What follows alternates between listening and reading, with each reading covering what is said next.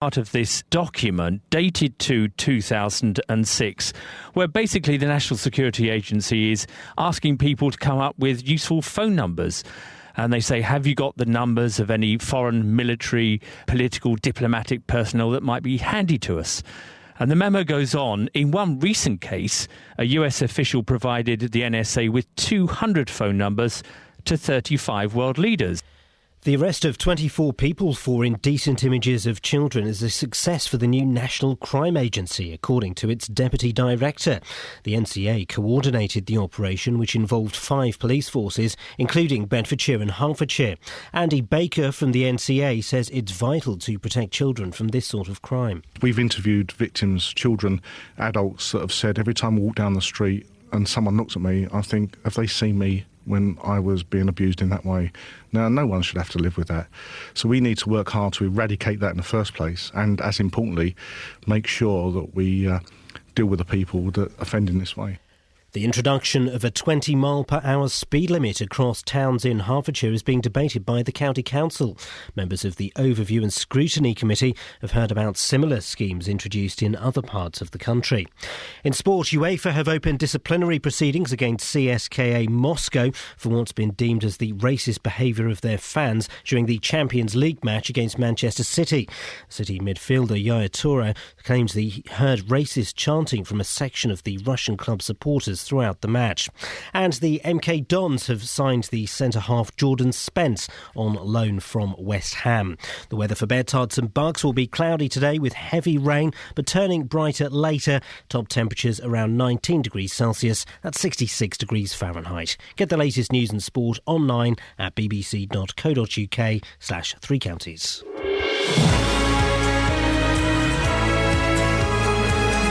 Morning, this is Iain Lee, BBC Three Counties Radio. Anyone else feeling really tired this morning? Oh, it was hot. I woke up early as well. I woke up at 20 to 4. And I just lay there thinking, no. But 3 hours to go, and then it's the freaking weekend, baby, and I'm about to have me some fun. Lots coming up between now and 9 o'clock, including the latest on Bedford Hospital and the woman who will decide, if only for the short term, the direction it's going to take. The speed limit could drop to 20 miles per hour in towns across Hertfordshire. Good idea? Bad idea? Terrible waste of money? And another step towards world domination for the ukulele. OK, maybe not the world, but just Bedfordshire.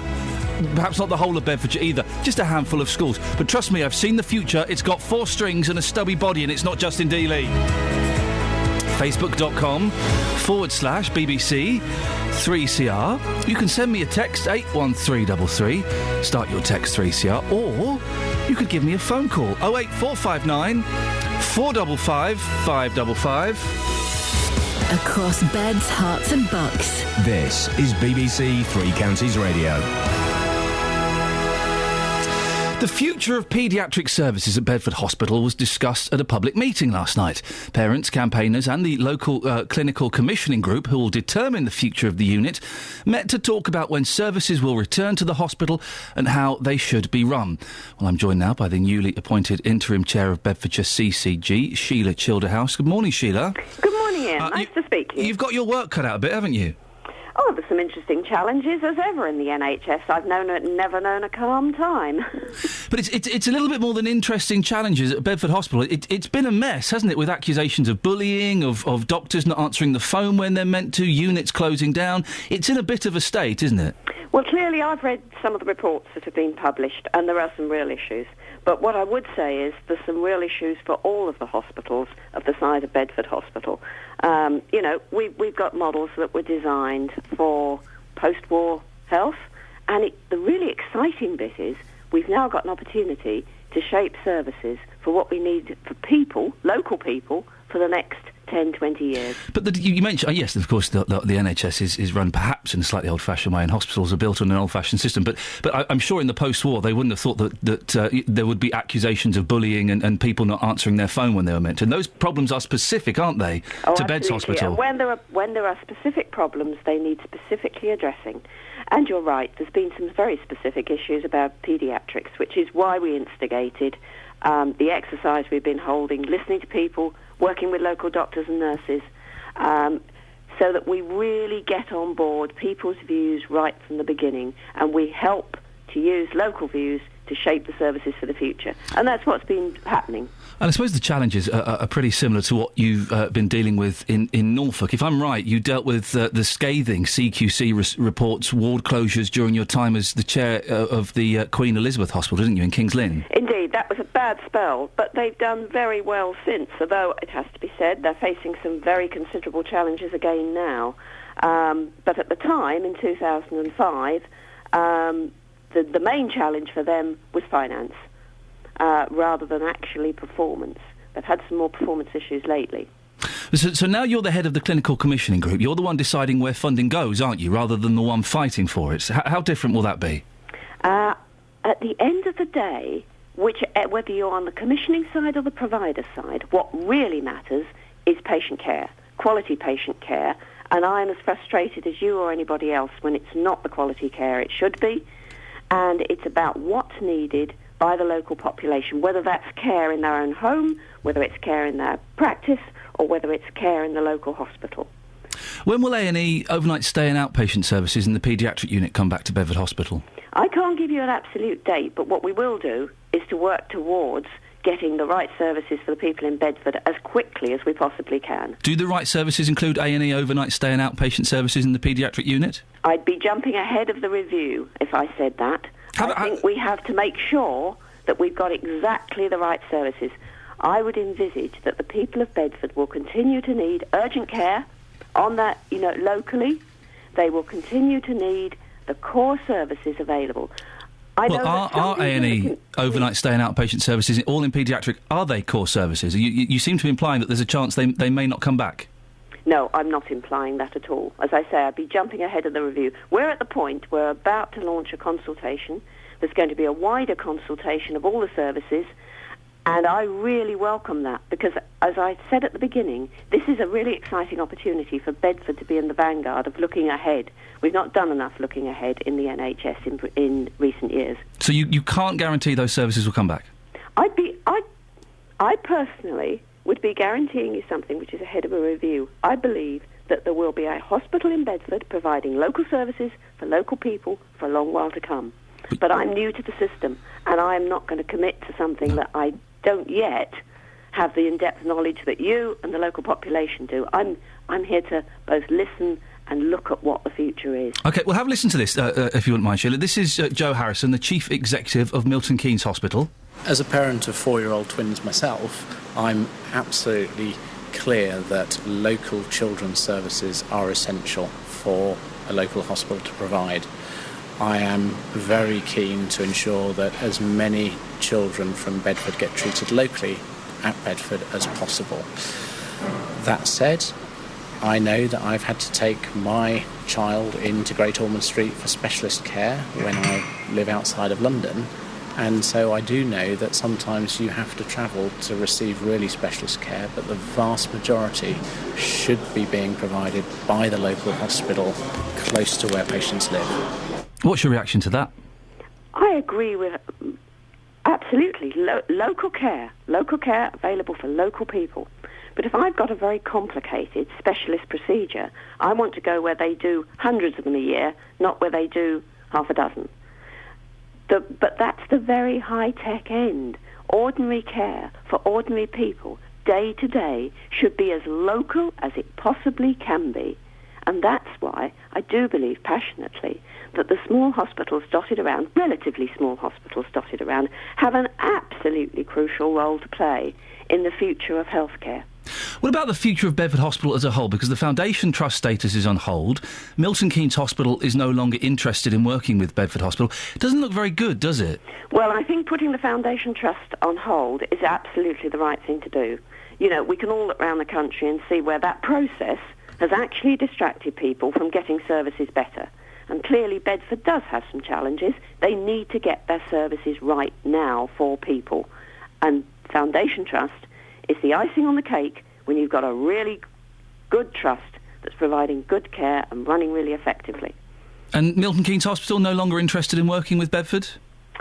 I think I can't really comment on that one, but obviously they have their own set of problems as well. And I think that... Well, how does that affect you? I mean, you can comment on the effect it would have for you in Bedford Hospital, can't you? I don't see that as a negative or a positive. It's a fact. They've talked about working together. They've decided not to pursue that route. And as far as I'm concerned, that's a decision for our boards. I don't think that it's the main thrust is for both of them to get the services right. Then they can talk about what the future shape of their... How will it affect patients, though? Because we've heard lots of talk of sending patients to Milton Keynes Hospital. If Milton Keynes aren't interested in assisting, how will that affect the patients? Doesn't mean the patients don't go there. I mean, it's as... You know, the chief executive of Bedford said, you know, patients, whether they be paediatric patients or older patients, move around from hospital to hospital. They go where there's the appropriate care. They go where they wish to go, where there's a choice, where there's family in the area. There are a number of factors which will continue to take place, whether, you know, there's a future organisational merger or not. Sheila, thank you very much for your time. No doubt we'll be speaking again in the future. That's Sheila Childerhouse, who is the newly appointed interim chair of Bedfordshire CCG, Clinical Commissioning Group. 08459 455 555. We're celebrating Ukes today. Let's have a bit more of Joe Brown, shall we? Why not?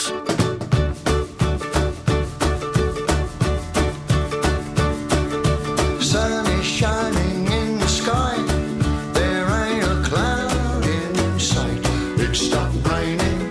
Everybody's in the play. And don't you know, it's a beautiful new day. Hey, hey. Running down the avenue. See how the sun shines brightly in the city. On the streets where once was pity. Mr. Blue Sky is living here today. Hey, hey. Mr. Blue Sky, please tell us why you had to hide away for so long. Where did we go wrong? Mr. Blue Sky, please tell us why you had to hide away for so long. Where did we go wrong?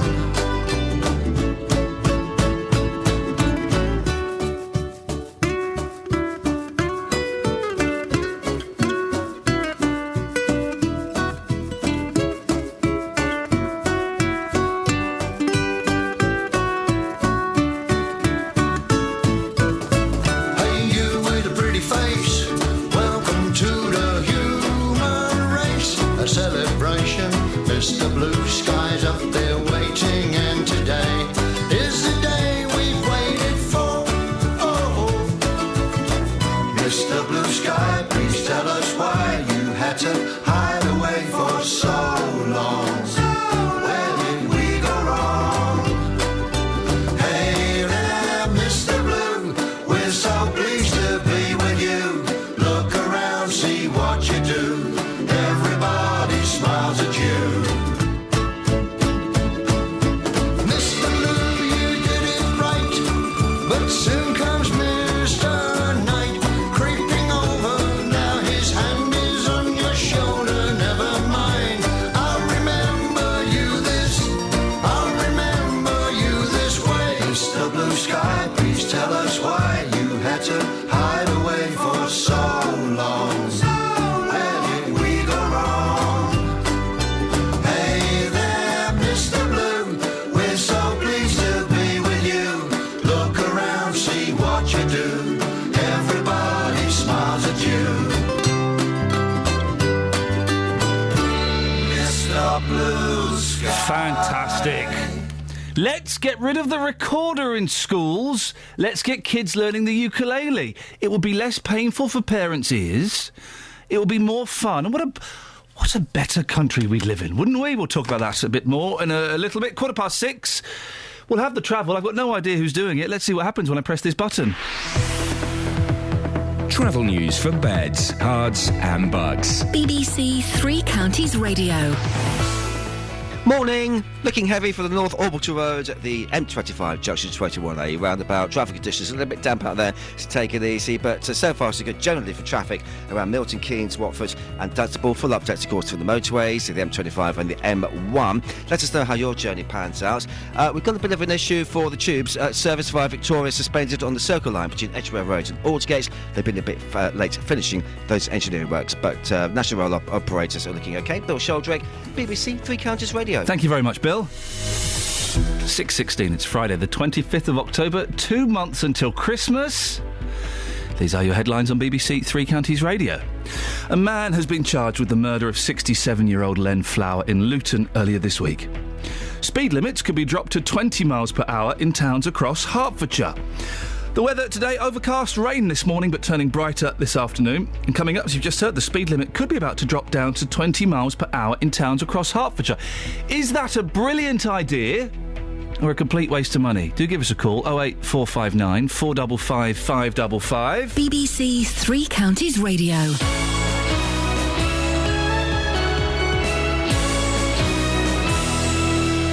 Every consumer problem has an unhappy customer. They've actually deleted the main account instead of attaching my one to it. We ordered it, and when we got home we checked the measurements and it just will not fit. A company. We've asked the council, now they come up with a new excuse. It's not them, it's down to the highways. And he said, well, I'm sorry, that's your policy. Oh, well, maybe next time you'll learn not to open the box. And me getting to the bottom of it all. And they confirmed that they would return my excess and that my no claims bonus would not be affected. The JVS show fights for your rights and tackles your consumer problems. Weekdays from 9. BBC Three Counties Radio.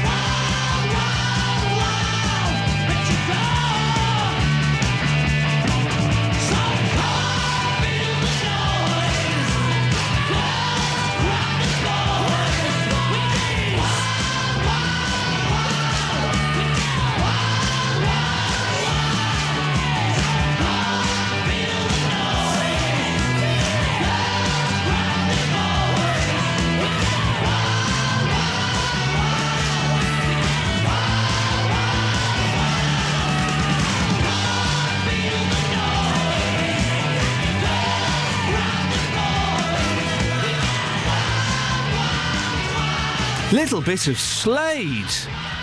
Your little bit of Slade. You can't go wrong with that. Fantastic. Morning, this is Iain Lee, BBC Three Counties Radio. Now, the speed limit could be about to drop right down to 20 miles per hour in towns across Hertfordshire. The idea is being considered by the county council as a way to cut congestion and reduce accidents. Well, motoring groups can't agree on this one. Some say lowering speed limits has no impact on safety. Others say accidents will decrease by as much as 70%. Do you want to have your say on this? 08459 455 555. I'm joined now by Nigel Humphreys from the Alliance of British Drivers. Morning, Nigel. What do you reckon? Good idea? I think it's a very bad idea to put these in on a blanket basis. Why?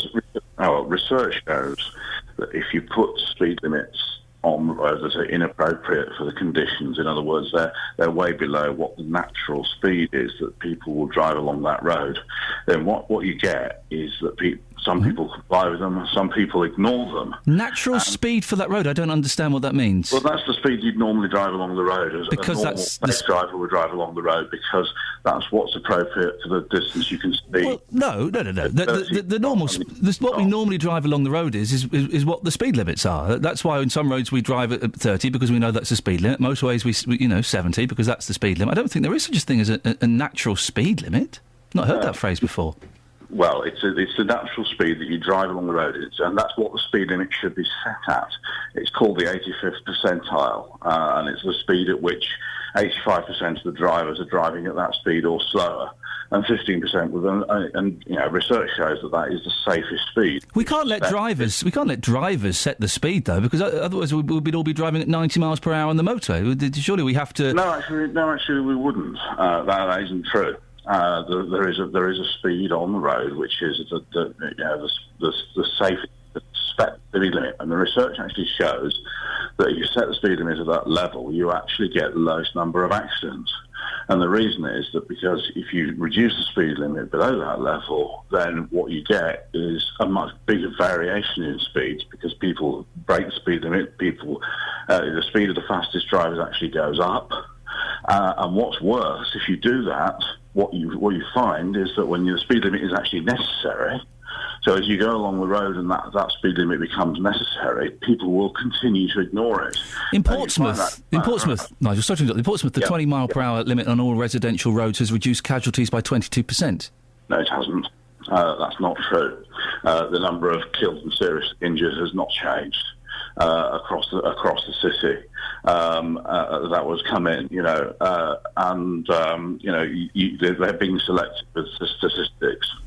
And what's happening, people are not complying with that speed limit, and people will not comply with a speed limit that doesn't equate to the natural speed for the road. Nigel, you keep going back to this natural speed limit. Permission to speak freely, sir? That sounds like balls. The natural speed limit for the road, that sounds like complete and utter tosh. There's no such thing as a natural speed limit for the road. You adhere to the speed limits that are set there. No, people don't. Well, we know people don't, but that doesn't mean we should keep the speeds higher simply to accommodate those people who don't follow the law. If the speed limit's 30, I stick to 30. If it's 70, I stick to 70. If it's 20, I will stick to 20 quite happily and quite easily. I don't find myself going faster. I'm afraid you do. Well, I'm afraid I don't, mate. I actually don't. Well, I think you'll find you do when you drive along the road. Nigel, with the greatest of respect, you don't know. I don't. I stick to the speed limit, Nigel. Oh, well, I don't think... I think most people do that. It just... And your evidence for that comes from where? The evidence comes from all the departments of transport research that's been done in the 70s and the 80s and the 60s. How about in the 90s and the 2000s? That research is 30 years old. Well, the research doesn't show the facts don't change. Well, they do because cars do change. Cars are easier to handle now. Cars are easier to control. So I would suggest that 30-year-old data relating to vehicle speed is out of date. Well, driver behaviour doesn't change. People don't change. Well, of course it changes when you're dealing with different brakes, different. The cars from now are completely different to 30 years ago. You know that, Nigel. Well, absolutely. The cars stop quicker. They stop more effectively. Much, much quicker. Braking distances have gone down by 30 or 40% in the last 30 years. Okay, here's some more figures. On that basis, speed limits should have gone up, shouldn't they? But it's not about that. The Transport Research Laboratory says lowering urban and residential speed limits to 20 miles per hour has found to decrease child pedestrian accidents by up to 70%. What do you make of that? What I make of that is that certain roads where speed limits have been put in, where a bunch of accidents have just happened, will actually distort those statistics. That's the bottom line. If you find a place where a bunch of accidents have just happened, unusually, that's what they do with speed count. They claim the number of accidents is reduced by 70% by speed cameras, but the overall number of accidents in the area doesn't change. Do you have trouble driving at 20 miles per hour, Nigel, and obeying the speed limits?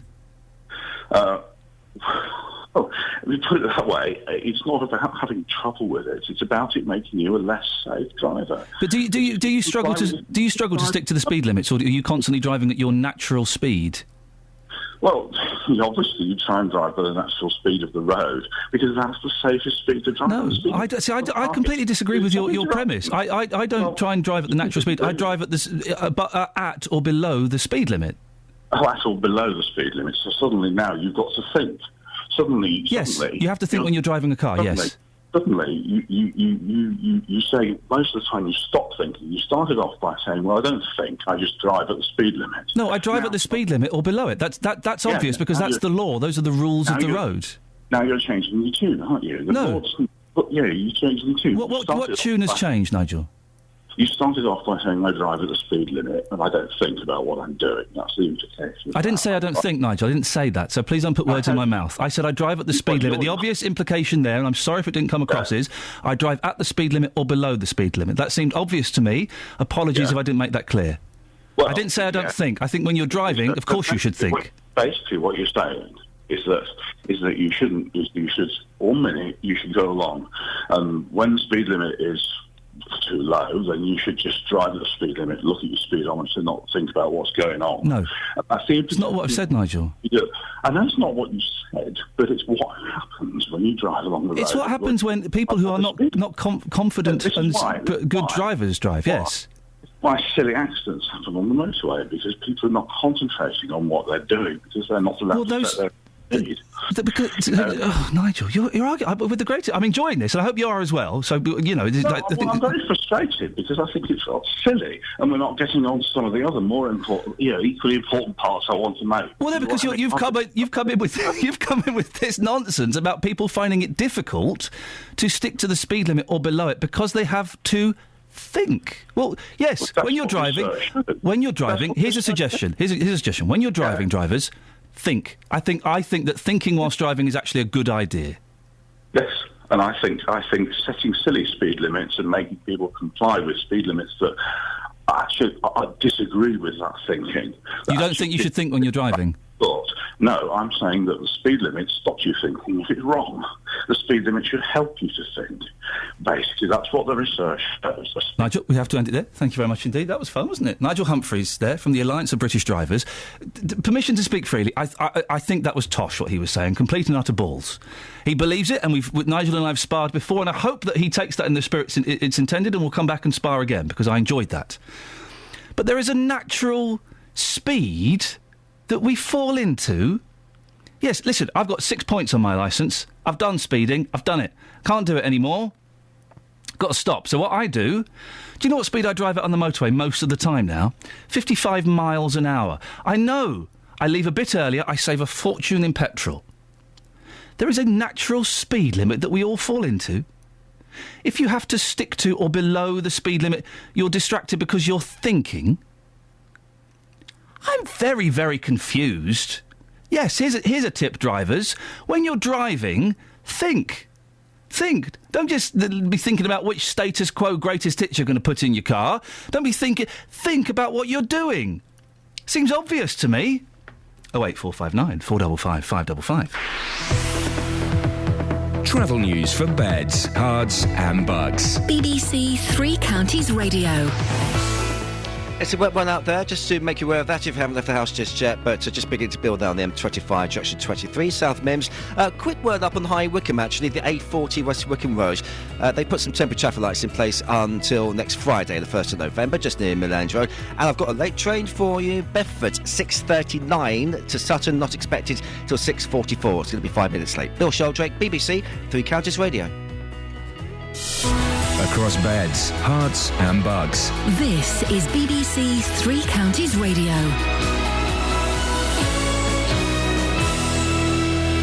It's 6:30. I'm Lee Agnew. The headlines: a man has been charged with the murder of 67-year-old Len Flower, who was stabbed to death in Luton on Tuesday afternoon. 35-year-old Samir Barber will appear before magistrates today. Campaigners have been told that a final decision on paediatric services at Bedford Hospital still hasn't been made. Sheila Childerhouse, the new interim chair of Bedfordshire Clinical Commissioning Group, says she can't promise overnight care will return before there's been a full review. And the speed limit could be dropped to 20 miles per hour in towns across Hertfordshire. The idea is being considered by the County Council as a way to cut congestion and reduce accidents. The weather will be cloudy with heavy rain this morning, but turning brighter later. Top temperatures around 19 degrees Celsius, 66 degrees Fahrenheit. Three Counties Sports. BBC Three Counties Radio.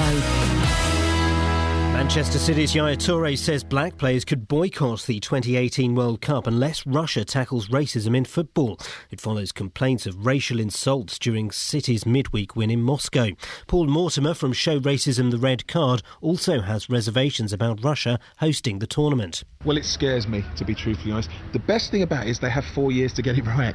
They've got work to do, and the first thing I think they have to do is accept there is an issue. Because if they continue to ignore that these things are happening, they won't really deal with it correctly. They've got 4 years. They've got to get it done in a year or two, as far as I'm concerned. It worries me, though. The MK Dons manager Carl Robinson says defender Tom Flanagan still has a future at the club. Robinson signed centre-half Jordan Spence on loan from West Ham yesterday, and he's set to play at Tranmere tomorrow. I've told him I'm not going to let him go on loan just yet. I want him to stay here. We're going to work on a number of things, me and Tom, and we're going to try and get him right for when he is called upon next. Don't lose faith with Tom. He's a really good kid with a bright future, and he's just having a bad time at the moment. So it's a bit unfair for me to leave him in. Also in League One tomorrow, Stevenage take on Crawley. Wycombe Wanderers have signed experienced Danish midfielder Sebastian Kansvard on a 1-month deal subject to international clearance. And there are plenty of teams from the three counties in FA Cup action tomorrow. Just one win from the first round proper. Luton Town, Biggleswade, St Albans, Hemel Hempstead, Borehamwood and Bishop Stortford are playing. And finally, the first practice session is taking place for the Indian Grand Prix. Red Bull's Sebastian Vettel could clinch his fourth driver's title if he finishes fifth or higher in Sunday's race. That's BBC Three Counties News and Sport. More at 7 o'clock. Across beds, hearts and bucks. This is Iain Lee. BBC Three Counties Radio.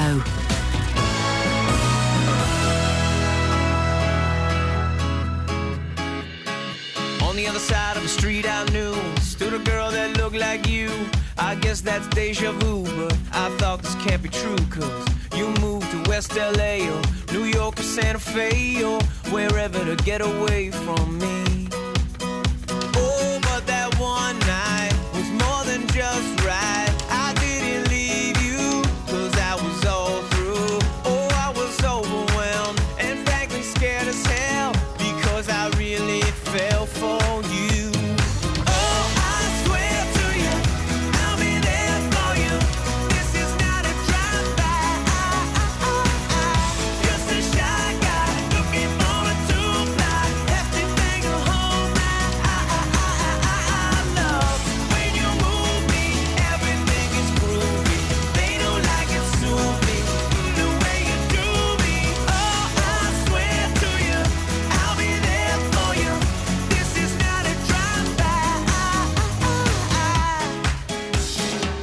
Upside to a downward spiral. My love for you went viral, and I loved you every mile you drove away.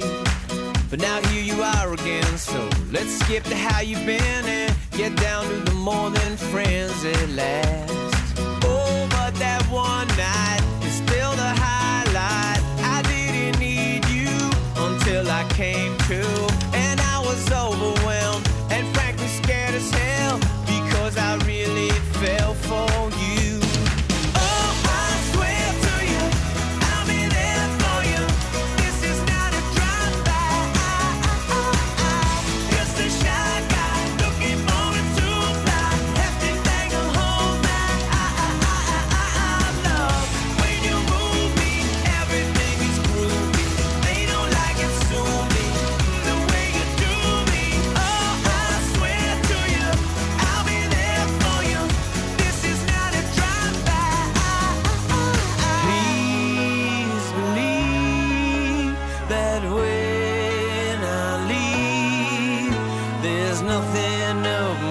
leave but love for you and a little time to get my head together too. On the other side of the street I knew stood a girl that looked like you. I guess that's deja vu, but I thought this can't be true, 'cause I swear to you, I'll be there for you. This is not a drive-by. Just a shy guy looking for a two-fly. Hefty bag of home. Love, when you move me, everything is groovy. They don't like it, sue me. The way you do me. Oh, I swear to you, I'll be there for you. This is not a drive-by. 08459 455 555. This part of the show, Catherine Boyle joins me in the studio. We have a few drinks, and it's a bit relaxed. If you want to just phone up and join in and have a chat, you're more than welcome to. Let's put that invitation out there. For the next 10 minutes or so, if you want to join in, 08459 455 555. What have you got in the newspapers? Well, on the front page of the newspapers, it's all about the young Prince George again. Can we just... And that is a cute picture with his arms outstretched. That's cute. Prince George, christening day. Yeah, but, you know, we've seen, there's a spread, isn't there, in one of the papers where it's pictures of him. 2 pages of him looking like other babies from his family, because that's what happens. Let's be honest, dear listener. All babies look the same, okay? Up for the first 3 months, 4 months, then they start... 3 months, let's Winston say. Churchill. They all look like Winston Churchill. If your baby... You had your baby for a couple of weeks, and then it got swapped with another baby in the first 2 weeks, you wouldn't know. Oh, come on, you would know. You would not know. My second baby had hair like Dennis the Menace. You'd pick her out. Well, she's I'm not going to say freak, that's rude. Special. Thank you. But if you... most other normal babies... You wouldn't know the difference. And you wouldn't care either, because at that age, they've not developed a personality. You can still shape them. Yes, you know, if you need to give them a kidney or something, you won't be able to, and that'll be disappointing. But, for the most part, all babies look the same. You're all heart. You really are. Well, it's just a fact. It's a fact, isn't it, Terry? No, all babies don't look the same. That's a particularly beautiful baby, I have to say. I beg your pardon? I'm not a royalist. But the royal baby is a lovely baby. He's cute as a button. He is. I'm not a royalist, but that is a lovely baby. Have you got children, Terry? I have. They're very old now. They're 18 and 21. Well, but you must be honest. You when you walked into the ward with all the other babies, you could not identify your baby. The only reason you knew it was your baby is because it was sat next to your partner. No, I think I did. You think you did? Yeah. Okay. What have you called in about, Terry?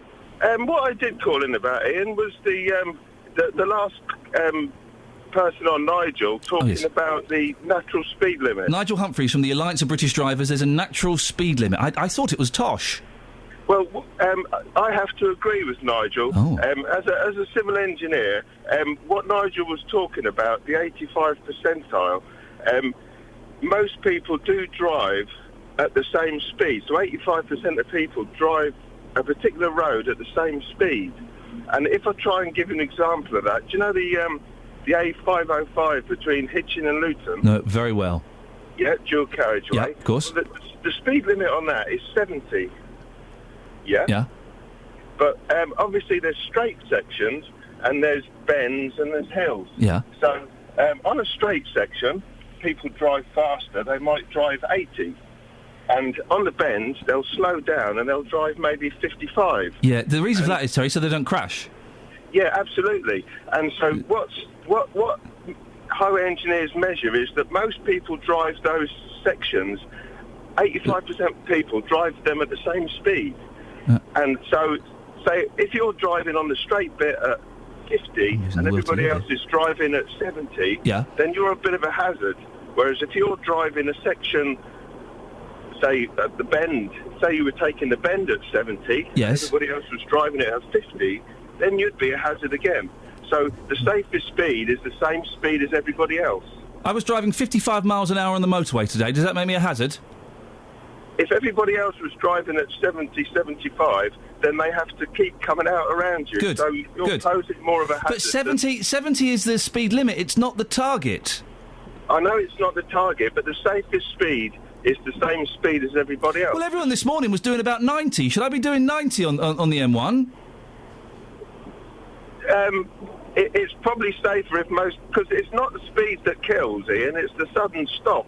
at the end of it. Terry, we'll end it there. Just thank you very much for that, Terry. Now, Terry's more of an expert, so I wouldn't like to disagree, but he was wrong. Then I still don't get this natural... I was driving 50... There are 3 or 4 lanes on the motorway. Me driving at 55 miles an hour, and boy, I'm getting a day and a half worth of petrol extra out of this by doing this. If I'm driving at 55 miles an hour, that's my choice. I think, yes, if you go to sort of 40 on the motorway, that is hazardous. You're not sitting in the middle lane, No. I'm assuming. No. Well, then you're probably behind lorries and they're doing less than that. Yeah, exactly. So 08459 455 555 is the phone number. What else have you got? Children are more likely to trust a pretty face. Oh. Adults with attractive faces, because you were thinking about going into teaching if this doesn't all pan out. Yes. Bless you. Oh, dear. Goodness me. Are you all right, David? Yeah. You got a bit of a cold there, Dave? No, just sniffing. I didn't know I was on the air. Oh, so no, yes, you were on the air. Catherine just have you got a pretty face? No, I don't think so. Oh, children don't trust you. Yeah. When 4 and 5-year-olds were shown photos of attractive and unattractive women, they tended to believe answers attributed to the pretty ones. Yeah, well, my of daughter's course. got a pretty teacher. Yeah, exactly. You because you believe fit people more than you do munters. That's a fact. That's obvious. Why are they doing research into that? Go and find a cure for cancer. You know, go and do something proper with your time, scientists. Blooming scientists, David. Yeah, I agree with you. You need a good blow. Well, I'm out walking the dog in the pouring rain. Well, you might get one. David. Have you not got a hanky with you? Somewhere, but if I look for my hanky, I've got a phone in one hand and a dog in the other. Oh, dear. You're juggling. Are you wearing a good sturdy waterproof, David? I certainly am. Good. What have you called in for, David? I'll just say thanks for playing that Joe Brown record this week. It's really good. I've actually ordered it myself off of Amazon. Oh, fantastic. There you go. Catherine's just ordered it. Yeah, he's turned me. You've ordered it. It's a good record. Oh, I'm glad we're selling a few copies for Joe. We're going to try and get him back. Listen, we want to start a campaign, David, to get rid of recorders in schools and get the ukulele. Get kids playing the ukulele, and we're going to try and rope Joe Brown in as sort of our what do they call it? Masthead? A czar. Our czar. Ukulele czar. Yeah, I agree with that. I think that's really good. Well, David, listen, thank you very much. You go and blow your nose now, mister. Look at that, that's nice. Poor David. Poor old He's David. good to that dog. Well, is there a dog? I've never heard the dog bark. Women are better at multitasking. It's another one of those women are better... Yep, next. Women have always known it, and now science have proved it. The fairest sex. I think this is a trick. Dead Express. Why? You're making it sound... It's like that kind of positive praise thing when you try and get children to do things that you don't want to do yourself. Yeah. So you say to them, you're really good at tidying your bedroom, when really they're rubbish, but you don't want to do it. I tell you what... So you're trying to make women do more work by telling them they're best at it. This article's by Joe Willie. I'd change my name. Now, I tell you what, let's prove it. Let's try and prove it once and for all, OK? I'm going to try and go into travel, then do the news, and go into weather. Mm-hmm. You try and make a cup of tea. Let's see. How about you do the travel, news, weather and jog on? Oh, dearie me, how rude. Travel news for beds, cards and bugs. BBC Three Counties Radio.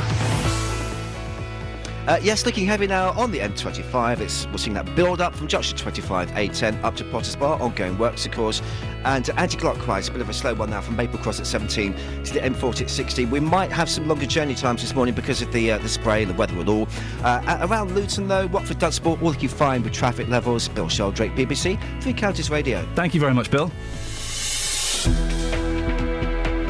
6:45. It's Friday, the 25th of October. I'm Iain Lee. These are your headlines on BBC Three Counties Radio. A man has been charged with the murder of 67-year-old Len Flower in Luton earlier this week. Campaigners have been told that a decision on paediatric services at Bedford Hospital still hasn't been made. The new interim chair of Bedfordshire Clinical Commissioning Group told me she can't promise overnight care will return before there's been a full review. And speed limits could be dropped to 20 miles per hour in towns across Hertfordshire.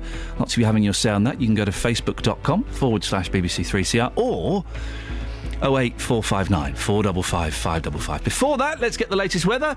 Here's Georgina Bennett. Beds, Herts and Bucks weather. BBC Three Counties Radio. Hello there, a bit of a blustery, showery start to the day, but it pushes through fairly quickly, so although we'll have a wet and windy commute, it's got some drier, brighter conditions behind it, so it could be quite a pleasant, albeit still windy afternoon.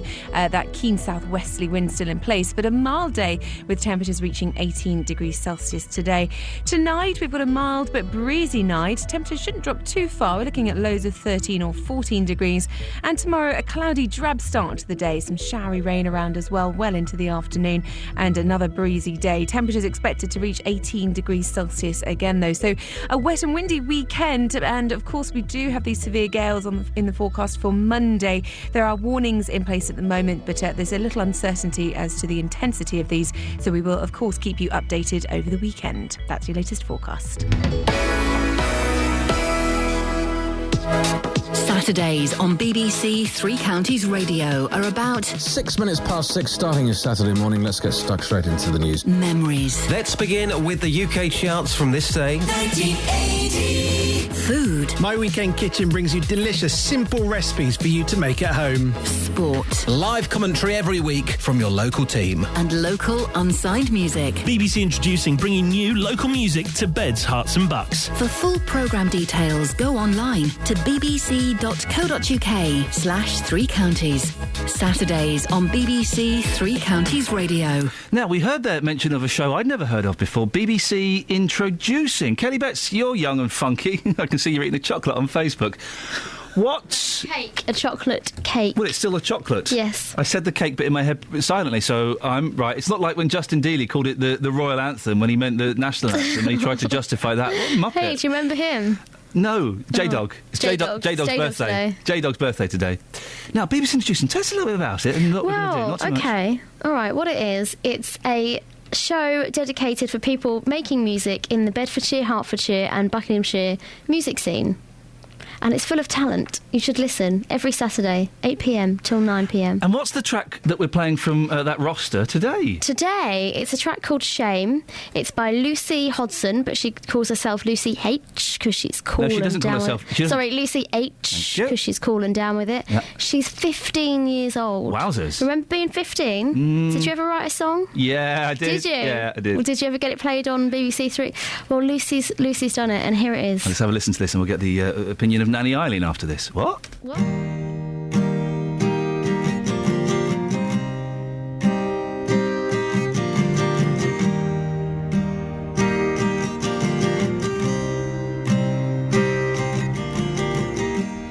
What are you waiting for?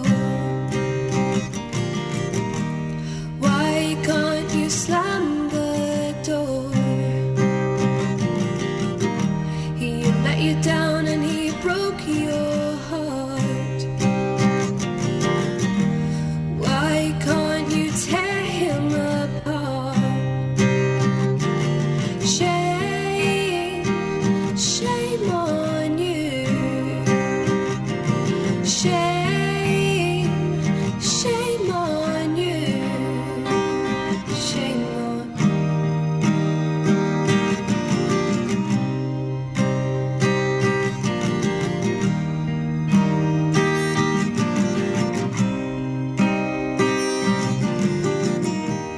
Don't let him see you cry. He'll only ask you why.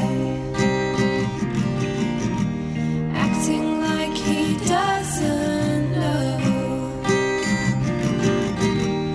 what he's done to make you go. Shame, shame on you. Shame, shame on you. Shame on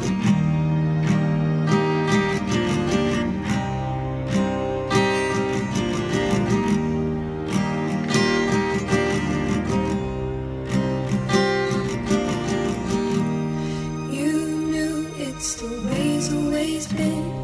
Taking advantage, you'll never get to win. So why did you fall for his little game? And why do you feel like you're the one to blame? Oh, you're the one to blame. Shame, shame on you. Shame, shame on you. Shame, shame on you. Shame on you. Well, no shame on you, Lucy H. 15 from St Albans with your track Shame. That's not shameful at all. Oh, little twist at the end there. There's a story. Well, cheer up, because you're good. You've got talent. So, go do a fun pop song next time. But that was excellent. Thank you very much indeed. Now, earlier this week, I spoke to Joe Brown, musical legend on the programme. If you missed it, it'll be in the podcast that'll go up later on today. And we talked about his new ukulele album. It's a corker. It really is fantastic. And I'm glad to say that quite a few of you got in touch and said, yeah, I heard that, bought that, good stuff. So well done you. Well, we came up with the idea of getting rid of recorders in schools, because recorders are awful instruments. They horrible sound. Replacing them with a ukulele. Even if you play the ukulele badly, it still sounds better than a good recorder.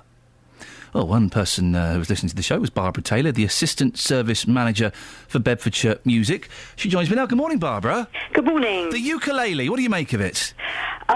Well, it's certainly a fun instrument, and Joe has been an inspiration in taking it forward. He's good, Joe Brown, isn't he? He's a nice fella, and he has a genuine love for this tiny little 4-string guitar. He does.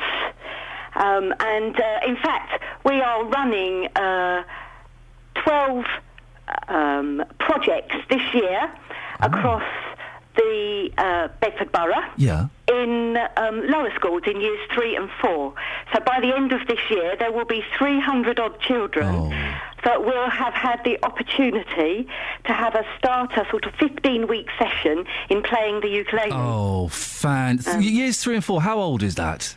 That'll be... Is that sort of 6 and 7? Yes. Something like that? And 8 as well. 6, 7, 8 will have the chance to play the ukulele. Yes, fantastic. and then they can go on and play again in smaller groups afterwards, so they'll have an opportunity to continue it. So when do these courses start, or have they started already? They've started already, and they'll culminate in a large-scale concert next year. Brilliant. And how many... So you've got all these kids doing... Do they enjoy playing the ukulele? They love it. Yeah. Because it's relatively cheap to buy, although we actually provide all the instruments for the children to play.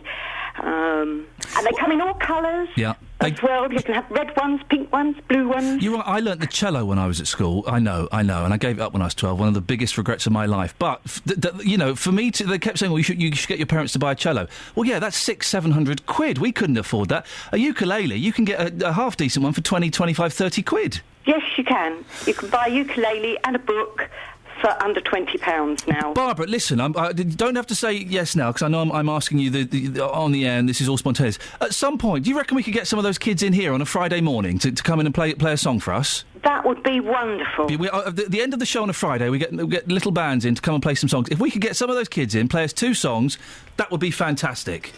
I'm sure that wouldn't be a problem at all. What other things do you do at Bedfordshire Music? What else goes on there? Oh, gosh.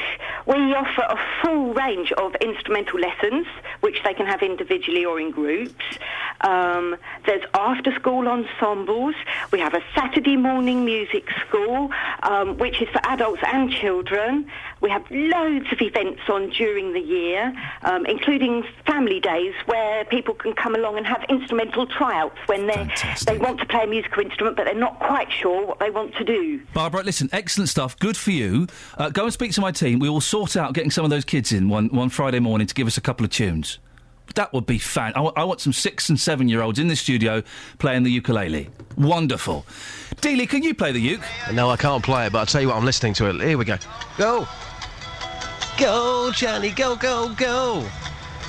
Go, Johnny, go, go, You realised it was too high for him, he had to come down! Go, Johnny, go, go, go! Nice one, JD. Now... That'll be good, yeah. You've been speaking to people about the uke this morning, haven't you? What have they been saying? I love the uke. You love the uke. I've been asking people whether ukulele lessons in schools should be compulsory. We all know the answer's yes, but here's what people had to say. Morning, sir. What's your name? Albert. Albert, we want to know this morning, should ukulele lessons in schools be compulsory? Is that a yes? Yes. Yes, Thank you. I think they should, yeah. OK, thanks. Ukulele lessons in school? No, what we should do in school, make David Cameron, he plays a ukulele pretty good. Yeah. Send him up there. Thank you, sir. That's no problem. No, not really, I don't think. No, it's their choice if they want to play it or not. I would say don't give the kids a choice. No, I think they need a choice. Good morning, guys. from Iain Lee's Breakfast Show. How are you all doing this morning? We doing well? Yeah. Fantastic. OK, can we have a show of hands here, please? Who thinks that ukulele lessons in schools should be compulsory? If you can show your hands. OK, that's 1, 2, 3, 4, 5, 6, 7, 8, 9, 10, 11. OK, all saying yes. Thank you, guys. Cheers. Thank you. Yeah, thank you. It's got to be yes, isn't it? Well, it is now. You've changed my mind. Yeah, it is. Definitely. The passion, the feel-good factor. Yeah. We can make this country a much better place by doing this, can't I we? think so. It's very chirpy music. Go, go. Go, Johnny, go, go, go. Go, Johnny, go, go, go. Hey, sort of. Playing the uke in schools, that should be compulsory, yes? Yeah, this having the this song is having the very scopes in futures. Thank you very much. Thank you so much. He makes a good point at the end, doesn't he, Justin? He does. He makes a very good point. Iain, do you know what this morning, according to my research, which of course is totally impartial, an overwhelming response, people saying yes, ukulele lessons in schools, let's make it compulsory. And I've been told, Justin, that I have to call you J-Dog today. Yes, Why is that? Well, it's my birthday, and on my birthday people call me J-Dog. Do I have to? Yes, please. Can you call me it now? OK, we'll speak now. to you. We'll speak to you later on, J-Dog. Oh, that felt good. Thanks. If you see J-Dog around the streets, he's got free birthday cake and giving out free cash. He does it on his birthday. If you want to find out more about the Bedford Music Group, we just spoke to Barbara there, then go to bedford.gov.uk/music. bedford.gov.uk/music and have a look at the good stuff they're doing there. Let's get the travel now. Here's Bill. Travel news for beds, cards and bugs. BBC Three Counties Radio. Roadworks and rain slowing things down then. 25, anti-clock Crichton Enfield at 25 to Potters Bar at 24. Can't spot an A1 doing faster than 55 miles an hour, which is pretty good. Heavy going as well on the A1 Barnet bypass, as you would expect from Stirling Corner to Apex Corner. And a quick mention from Milton Keynes. If you live in Milton Keynes, you might know about the lane closure you've got on the A5 Fenny Stratford bypass just by the McDonald's roundabout. I'm now looking at the live departures boards. It's all looking pretty much OK, including possibly your commutes into London town. Bill Sheldrake, BBC Three Counties Radio. Bill, thank you very much indeed. So lowering the speed limits across towns, not just in residential areas, across towns. Does that make sense? 08459 455 555. I could do it. I could handle it. Now I've got 6 points. I drive at the speed limit or below the speed limit. What's the problem with that? Find out more after the news with Lee Agnew. Local and vocal across beds, hearts and bucks. This is BBC Three Counties Radio.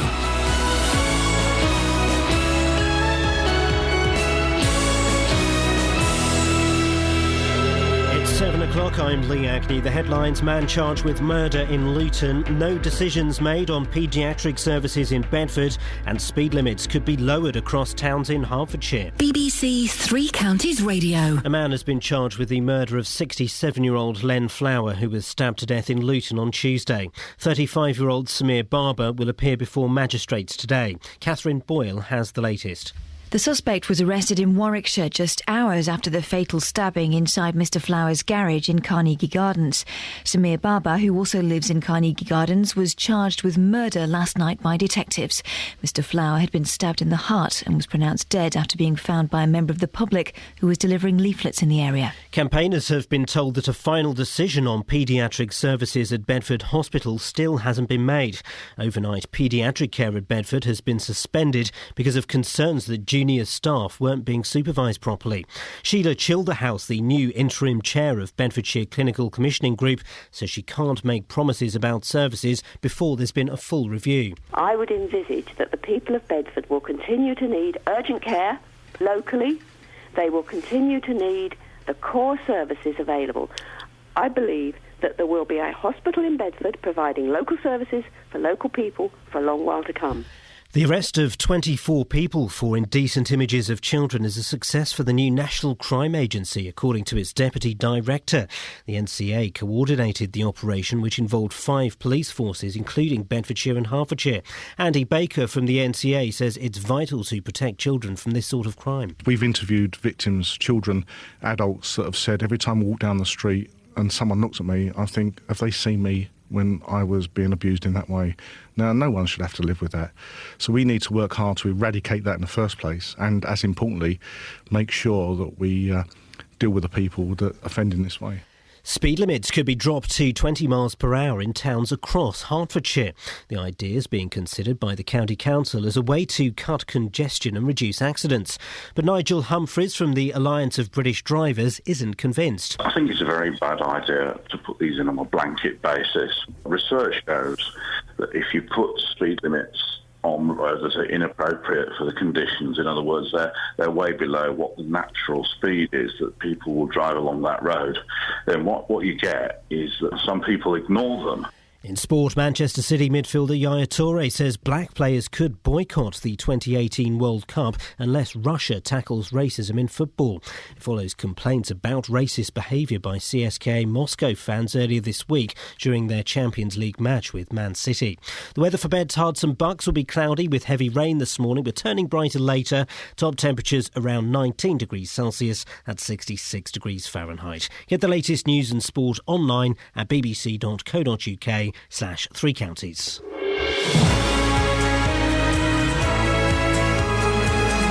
Well done to Lee there for finding a clip of me speaking to that gentleman about driving where I wasn't interrupting.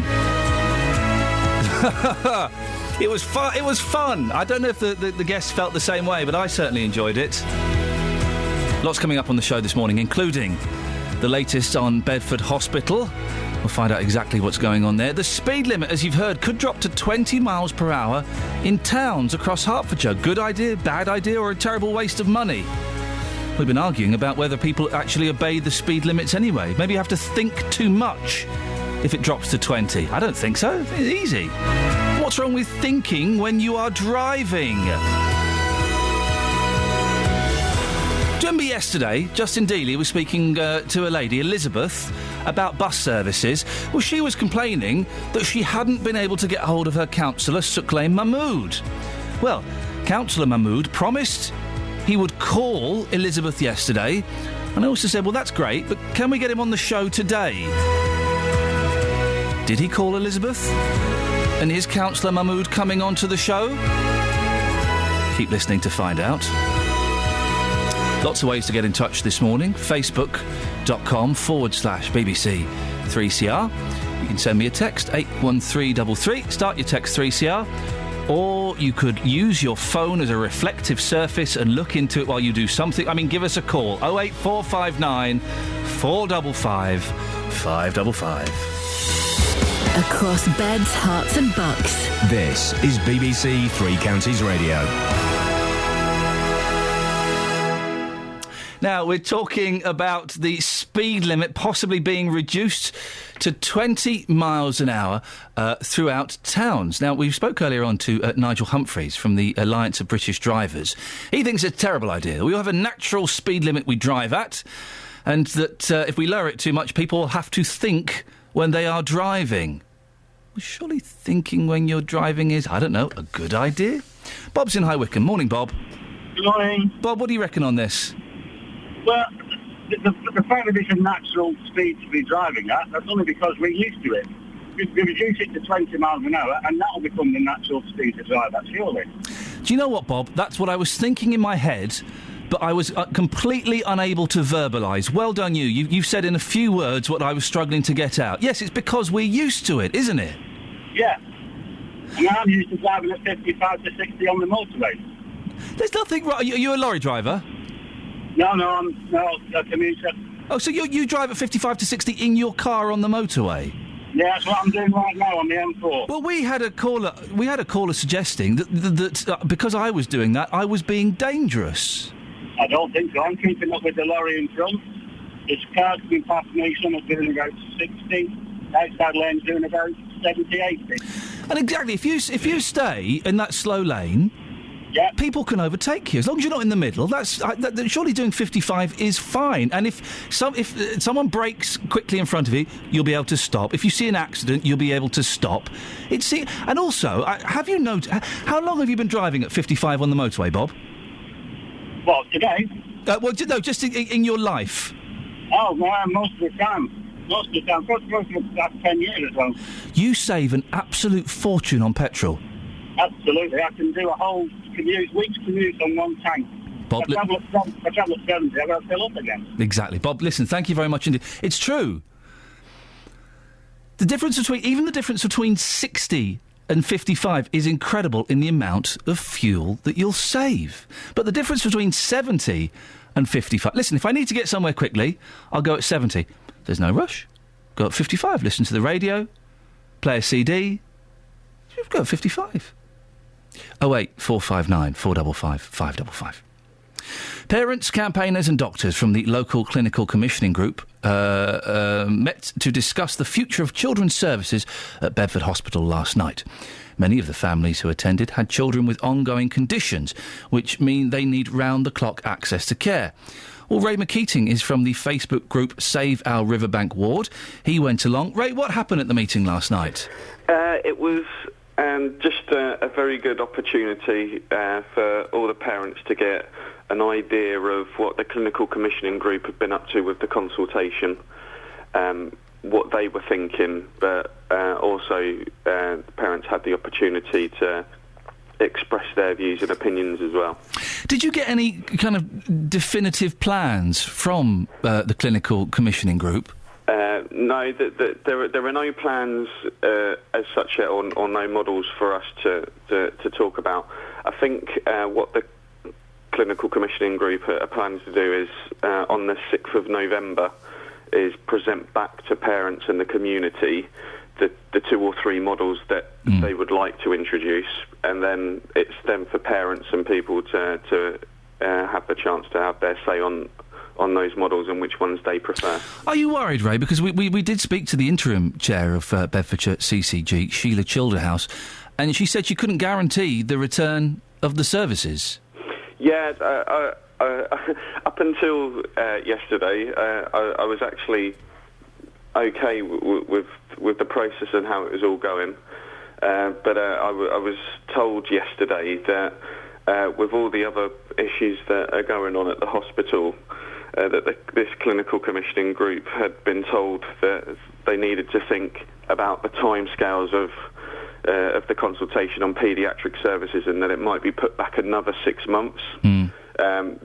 That's worrying as a parent, because the deadline of March next year was long enough for temporary services to be in place, and we wanted them back earlier than that. And now to be told that it won't really be thought about until maybe summer to autumn next year is just unacceptable. We've been speaking, of course, in the past, as you know, to Stephen Conroy, the interim chief exec, and he did seem to say, didn't he, that those services would return by May. That's now looking unlikely. I guess that's got to be disappointing, hasn't it? Yeah, very much so. And I obviously understand Stephen Conroy's job is out to press at the moment, and they're looking to recruit somebody else, and that needs to happen as well, because if you don't have the right leadership in place, you won't have somebody to embrace all the changes that need to happen there for these services to come back. Do you think Stephen Conroy's done a good job? No. I just don't think he's got hold of the situation enough. I've not seen enough passion from him, to be honest. Remind us again, Ray, why you think it is so important for these services to be returned to Bedford. There's so many families. There's some statistics, 40,000 or so children under the age of 19 that could need these services. Over 10% of that children's population do use these services throughout the year. And the cost and time and the logistics that it takes a family to go somewhere else, to Milton Keynes, to Luton, to Hinchinbrook, just isn't acceptable, and it's a big hindrance on families at such a critical time when children are ill. They need these services locally. Ray, what happens next? We hope that the clinical commissioning group don't give in, and they actually just continue with the paediatric services plan to introduce services back around March next year. We get the new model plans on the 6th of November. There's a public meeting taking place at Rest Park, so if you can, get yourself along to that. And then those plans go out to consultation. people have the opportunity to have their say, and a plan is picked early next year. Ray, I appreciate your time. We'll speak to you again, and do keep in touch and let us know of any more developments from your end. That's Ray McKeating from the Facebook group Save Our Riverbank Ward. Call 08459 455 555. BBC Three Counties Radio. That's the phone number. Do give us a call this morning if you'd like to. A quick look at the front pages of the newspapers. It's all about that blooming baby again. Now listen, while I'm happy the baby has been named in the eyes of Christ, I do think we've had enough of it. Yay, Prince George, christening day. Prince fears that being king will be like prison. This is the Daily Telegraph. The Prince of Wales is in no hurry to become king because he regards the role of monarch as a form of prison, one of his aides has said. The Prince, as the longest-serving heir in history, is often portrayed as desperate to succeed the Queen, but the truth is quite the contrary, according to royal staff. Oh, here we go. Are you old? Don't worry about a call now. We'll get one after the news. Are you old, dear listener? Are you worried about the heating? Well, here's some advice. Heat only your living room, elderly advised. Elderly people, unable to afford rising fuel bills, should heat only their living rooms during daytime this winter, says a government body. Public Health England also suggests they keep the heating in their bedroom off until just before going to bed. What? Really? Is that the best you can come up with? Only heat the living room? You need the heat... I'm getting angry about this. The advice published today is aimed at cutting the... Is this true? I heard this figure the other day and thought I'd misheard it. 24,000 excess winter deaths that occur nationally each year. 24,000 people are dying because of the lack of heating. Is that what that means? Families and carers should ensure older people have flu jabs, their homes are insulated and heating systems are checked. That's the best advice they can come up with. I tell you what, let's give you a few hundred quid extra to heat your rooms. Only heat your... If you're an old person and you hear things like that, only heat your living room in the day, only turn on the heating in your bedroom just before you go to bed. How does that make you feel? Does that inspire confidence? And the advice published today is aimed at cutting the 24,000 excess winter deaths that occur each year. This is Britain that we're living in. It's not some third world country. That's incredible. 08459 455 555 is the telephone number if you want to have your sound there. Let's do two more and then we'll look at the others a bit later on. The Times, it's a picture of the baby, and the PM aims to halve green taxes on energy. All right. And the Independent revealed the truth about health tourism. Twice as many foreign visitors pay to use NHS as exploit free healthcare. Let me read that out again. Twice as many foreign visitors pay to use the NHS as exploit free healthcare, and the UK is the net exporter of patients seeking treatment.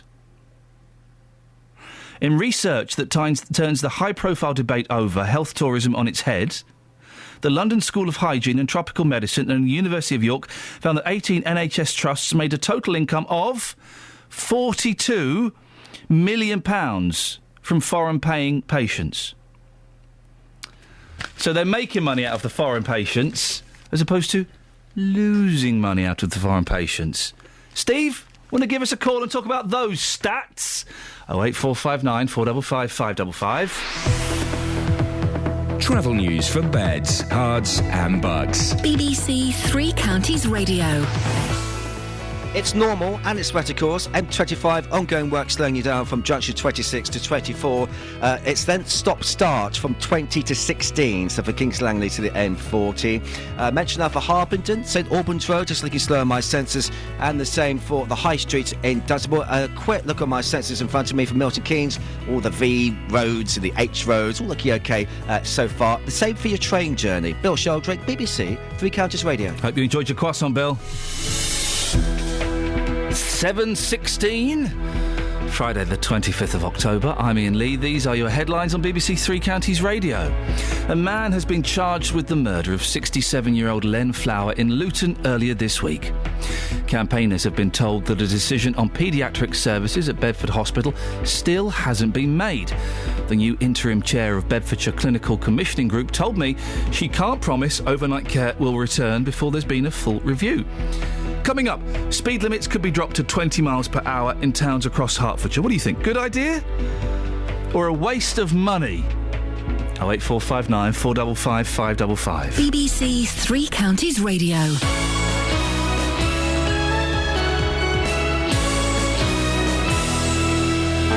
Every weekday morning from 9, the biggest local talking points. There is only one professional force that can control chemical weapons. How can we, as a civilised country, stand by and let more poor innocent children get killed? The JVS Show. Harry's in Bedford. Let's see what Harry wants to say. She knew what the laws were. She knew what she was doing. She got caught tough. I disagree with the penalty. I think that for smuggling drugs, it shouldn't be a death penalty. The JVS Show. Weekdays from 9. BBC Three Counties Radio. 08459 455 555 is the telephone number if you want to give us a call. Facebook.com/BBC 3CR. You can also send me, if you want, you could send me a cheeky little text as well.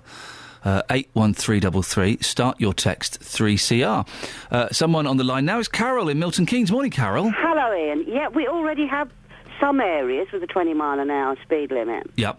But, I mean, that twat who says... Whoa. The chap that says driving along at 30... Let me just get us both out of any legal trouble. It's a category B. If anyone was offended by... I know David Cameron said it on a radio station once. Yeah, I do apologise. If anybody's offended by that word, we apologise. Let's move on. Yes. OK, yeah. Well, that chap, you don't... You know, you drive safely. You concentrate on your driving. You know, I don't know anyone who keeps looking at the speedometer apart from when you're learning. You roughly know what speed you're going. You learn the sound of your engine. Yes. You know, it's not thinking, oh, I'm a dangerous driver because I keep looking at the speedometer. It is safer in built-up areas, especially during school runs. Well, anything where you've got families. It could have an elderly person or a child run out. The gentleman who you referred to as a twit, of course, not here to defend himself. No, to the chap. It's all right. Nigel Humphreys from the Alliance of British Drivers. Yeah. He seemed to think that driving at 20 is more difficult because you have to look at the speedometer and you're thinking about... I find driving at 20 very, very easy. There's no extra concentration. My eyes aren't off the road any longer. No. You listen to your car engine. You know what speed you... You know, as a driver, you should roughly know. I know at times... You can creep up, like you said. You had 6 points. Oh dear, don't, Carol. 6 points. But I've learnt my lesson now. Learnt my lesson. My husband 9 points before, but then he went too far the other way. But I do think safety in driving. You know, I only do a few now, but I've been a mobile hairdresser driving around Milton Keynes, and the times you see idiots just bombing down. Yeah. You know, and they are, I mean, let's face it, they are built-up areas. They're family homes. There could be, you know, it's there for a reason. The adverts show you, maybe okay, you should keep your child under control, but anyone that's had children or grandchildren of that age now, you know that something can happen, whether they're on their bike or just running away, you know, or an elderly person stepping out. It's there for a reason, to save lives. Speed on the motorway, speed on the main roads, like in Milton Keynes, you've got your V&H roads. You know, you can go faster there. But when you're on the estates, slow down. It saves lives. Hello? Hello, I think I got cut off. What do you reckon, Dennis? Sorry. Hello. Yeah, I do think it's safety. Good morning, Ian. I think he's gone again. I wouldn't be surprised he does. That's all. He's such a nice bloke. He is a nice bloke. I've just got into listening to him of a morning, but yeah, I think it's he lets us talk to each other and air our own views. Yeah. You know, but there are areas where okay, on the main roads, if you want to put your foot down, and I'll be honest and say I do, but, you know, when you're on estates, it's there for a reason. It is. The trouble is, my love, I'm beginning to like him too much. Oh, I know. He's getting quite too, likeable, he's getting really. too He nice. winds you up. He's too nice. No, he's getting too nice. You think he's getting too nice, I'm yeah? getting worried. You are getting more. You're beginning to like him. Yes. Yes, he is. Yes, but I think he's good. I mean, the first, couple of times I listened to him, I thought you can't, wind people up like that. But it's good. It gets discussion going. It was brilliant this morning, I must admit. Yes. Oh, yes. And trouble is, I'm agreeing with him too often now. That must be worrying for you. No, it isn't. It'll save my telephone bills because I shan't be ringing up very often. Right. Well, I'm on one of them deals where I don't pay for phone calls. Well, I don't either, but even then... But let's face it, it's addictive. Yes, it is. There ought to be a government warning put out with this programme. Yes. This programme can be addictive to your health. Well, he stirs it up and steps back, and unfortunately, as I say, I'm beginning to agree with him on a lot of things, and that worries me. I've just realised I'm in my third childhood, and I'm beginning to worry. I don't think I've ever gone out of mine. Haven't you? I'll be honest to say that there's a part of me has always been a kid. Well, there's, but you have your first childhood up to 40. The second one is up to 80, so I'm in my third one now. Well, good for you. I'm in my second one then. I'll be 67 next month. So all right. I'm in my second childhood and loving every minute of it. Anyway, thank you very much. Thank you very much. Yeah, and I'll put the phone down, even if he doesn't. Okay. Bye-bye. Bye. Call 08459 455 555. BBC Three Counties Radio. The speed limit in towns across Hertfordshire could be about to drop to 20 miles per hour. The idea is being considered by the County Council as a way to cut congestion and reduce accidents. Well, earlier on, we heard from the Alliance of British Drivers. They don't think it'll work, but the scheme's already been adopted elsewhere in the country. Tim Ward is a Lib Dem councillor in Cambridge. Tim, I understand you've brought this in here, brought it in there. Why? We're in the process of bringing it in. We've gone through a lot of the procedures, but we haven't actually started yet.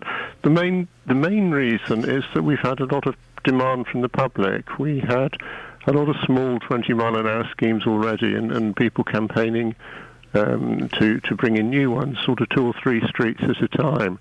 And it was going to cost an absolute fortune keeping going 2 or 3 streets at a time. So I decided, let's do the whole city in one go and have done with it.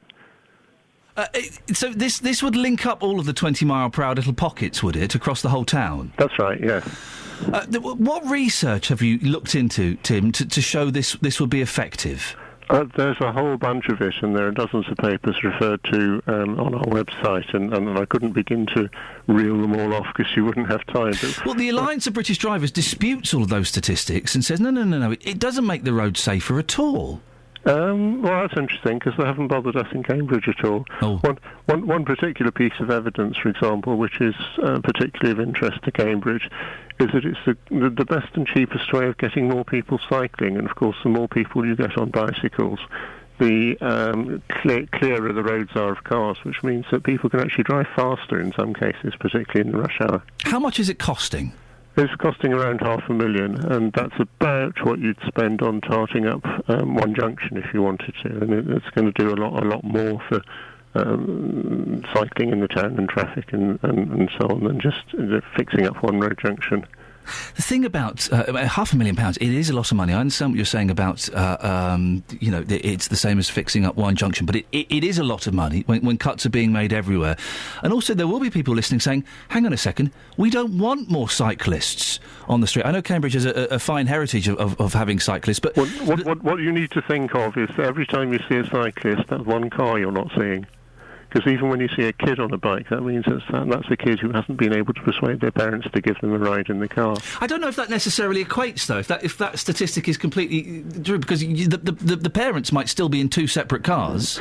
Well, there may be, but every now and then somebody in Cambridge threatens, let's have a no cycling day and see what that does when you've got several thousand extra cars on the road. Do locals support it, Tim? Yes, we did a public consultation, and the results came out about 2-1 in favour, which is what you normally get around the country when you bring in a 20-mile-an-hour scheme. Tim, I appreciate your time this morning. Tim Ward, he's a Lib Dem councillor in Cambridge. It's being introduced there, costing £500,000 there. Don't know what it's costing in Hertfordshire, if it goes through. What do you think? Is it a good idea? Reduce the speed limits all across the town. So not just in residential areas. We've got it in residential areas already. All across the town, 20 miles per hour. Is that a good idea? Or is that taking things a bit too far? I can understand it in residential areas. Of course I can. Schools, old people's homes, people crossing the road, but you kids playing, on the pavement. Wonderful. So I can understand that.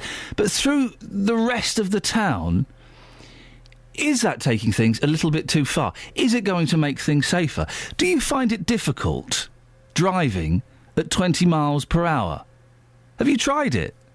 I have done. We spoke to Nigel before, the gentleman from the Alliance of British Drivers, and he did suggest, I think it was him, if it wasn't, I apologise, but he did suggest in the past that driving at 20 is quite tricky. I don't think it is. It doesn't require any extra thought.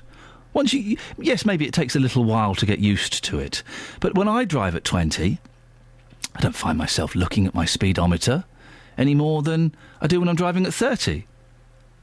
The caller we just had was right. You learn the sound and the feel of your car. You learn to know what speed your car is doing. 08459 455 555. What do you think? Driving at 20 miles per hour across the town, not just in residential. Good idea or bad idea? Facebook.com/BBC 3CR. You can send me a text, 81333. Start your text 3CR. You can also give me a call. I've given the phone number out. Emails. Lots of you have been emailing this week, and I really appreciate it. Lots of emails about the Barnfield story we've been talking about. And just to put that out there again, if you have worked for Barnfield, this is the company that's in charge of a number of schools. They're being investigated by 2 government bodies, and at least 3 local MPs are quite angry about them. Gavin Shuker and Nadine Dorris, and the third one whose name escapes me. But if you've worked for them, or you do work for them, or if you've got a kid who goes to one of their schools or one of their colleges, could you send me an email, Iain.lee, IAIN.LEE, @bbc.co.uk. We'll treat it anonymously if that's what you'd like at the moment. Of course we would. Anything you send to me will be in the strictest confidence until you decide otherwise. Iain.lee @bbc.co.uk. Just keen to get your experiences of working for them. A text on speeding. Helen in Milton Keynes. In the 1970s, there was an embargo on driving above 50 miles per hour on motorways due to petrol shortages. My late uncle told me there were fewer accidents. He saved so much by not having to fill up. I usually drive at 50 to 60. I don't lane hop unless I get stuck between several HGVs. Still get to the destination in good time, and it feels safer. 08459 455 555. Coming up to 7:30. Let's get the travel now with Bill Sheldrake. Travel news for beds, cards and bugs. BBC Three Counties Radio. All going to plan so far this morning, no huge surprises, a bit of a slow one. M25 anti-clockwise from the M1 to junction 20. You start queuing again from junction 18 up to junction 16 for the M40. A1M, bit of a slow one on the sensors around junction 7 for Stevenage, and the High Street and Dunstable, of course, you've got a bit of company along that stretch. Checking the trains for you this morning, all looking absolutely fine. Bill Sheldrake, BBC Three Counties Radio. Across beds, hearts and bugs. This is BBC Three Counties Radio.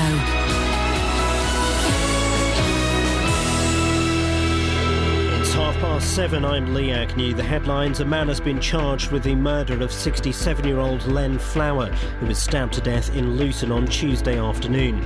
35-year-old Samir Barber will appear before magistrates today. Campaigners say they're concerned that a final decision on paediatric services at Bedford Hospital will be delayed even further. Sheila Childerhouse, the new interim chair of Bedfordshire Clinical Commissioning Group, says she can't promise overnight care will return before there's been a full review. And the speed limit could be lowered to 20 miles per hour in towns across Hertfordshire.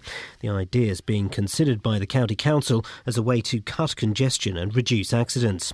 The weather will be cloudy with heavy rain this morning, but turning brighter brighter later. Top temperatures around 19 degrees Celsius, 66 degrees Fahrenheit. Three Counties Sports. BBC Three Counties Radio. Manchester City's Yaya Toure says black players could boycott the 2018 World Cup unless Russia tackles racism in football. It follows complaints of racial insults during City's midweek win in Moscow. Paul Mortimer from Show Racism the Red Card also has reservations about Russia hosting the tournament. Well, it scares me, to be truthfully honest. The best thing about it is they have 4 years to get it right. They've got work to do, and the first thing I think they have to do is accept there is an issue. Because if they continue to ignore that these things are happening, they won't really deal with it correctly. They've got 4 years. They've got to get it done in a year or two, as far as I'm concerned. It worries me, though. The MK Dons manager Carl Robinson says defender Tom Flanagan still has a future at the club. Robinson signed centre-half Jordan Spence on loan from West Ham yesterday, and he's set to play at Tranmere tomorrow. I've told him I'm not going to let him go on loan just yet. I want to stay here. We're going to work on a number of things, me and Tom, and we're going to try and get him right for when he is called upon next.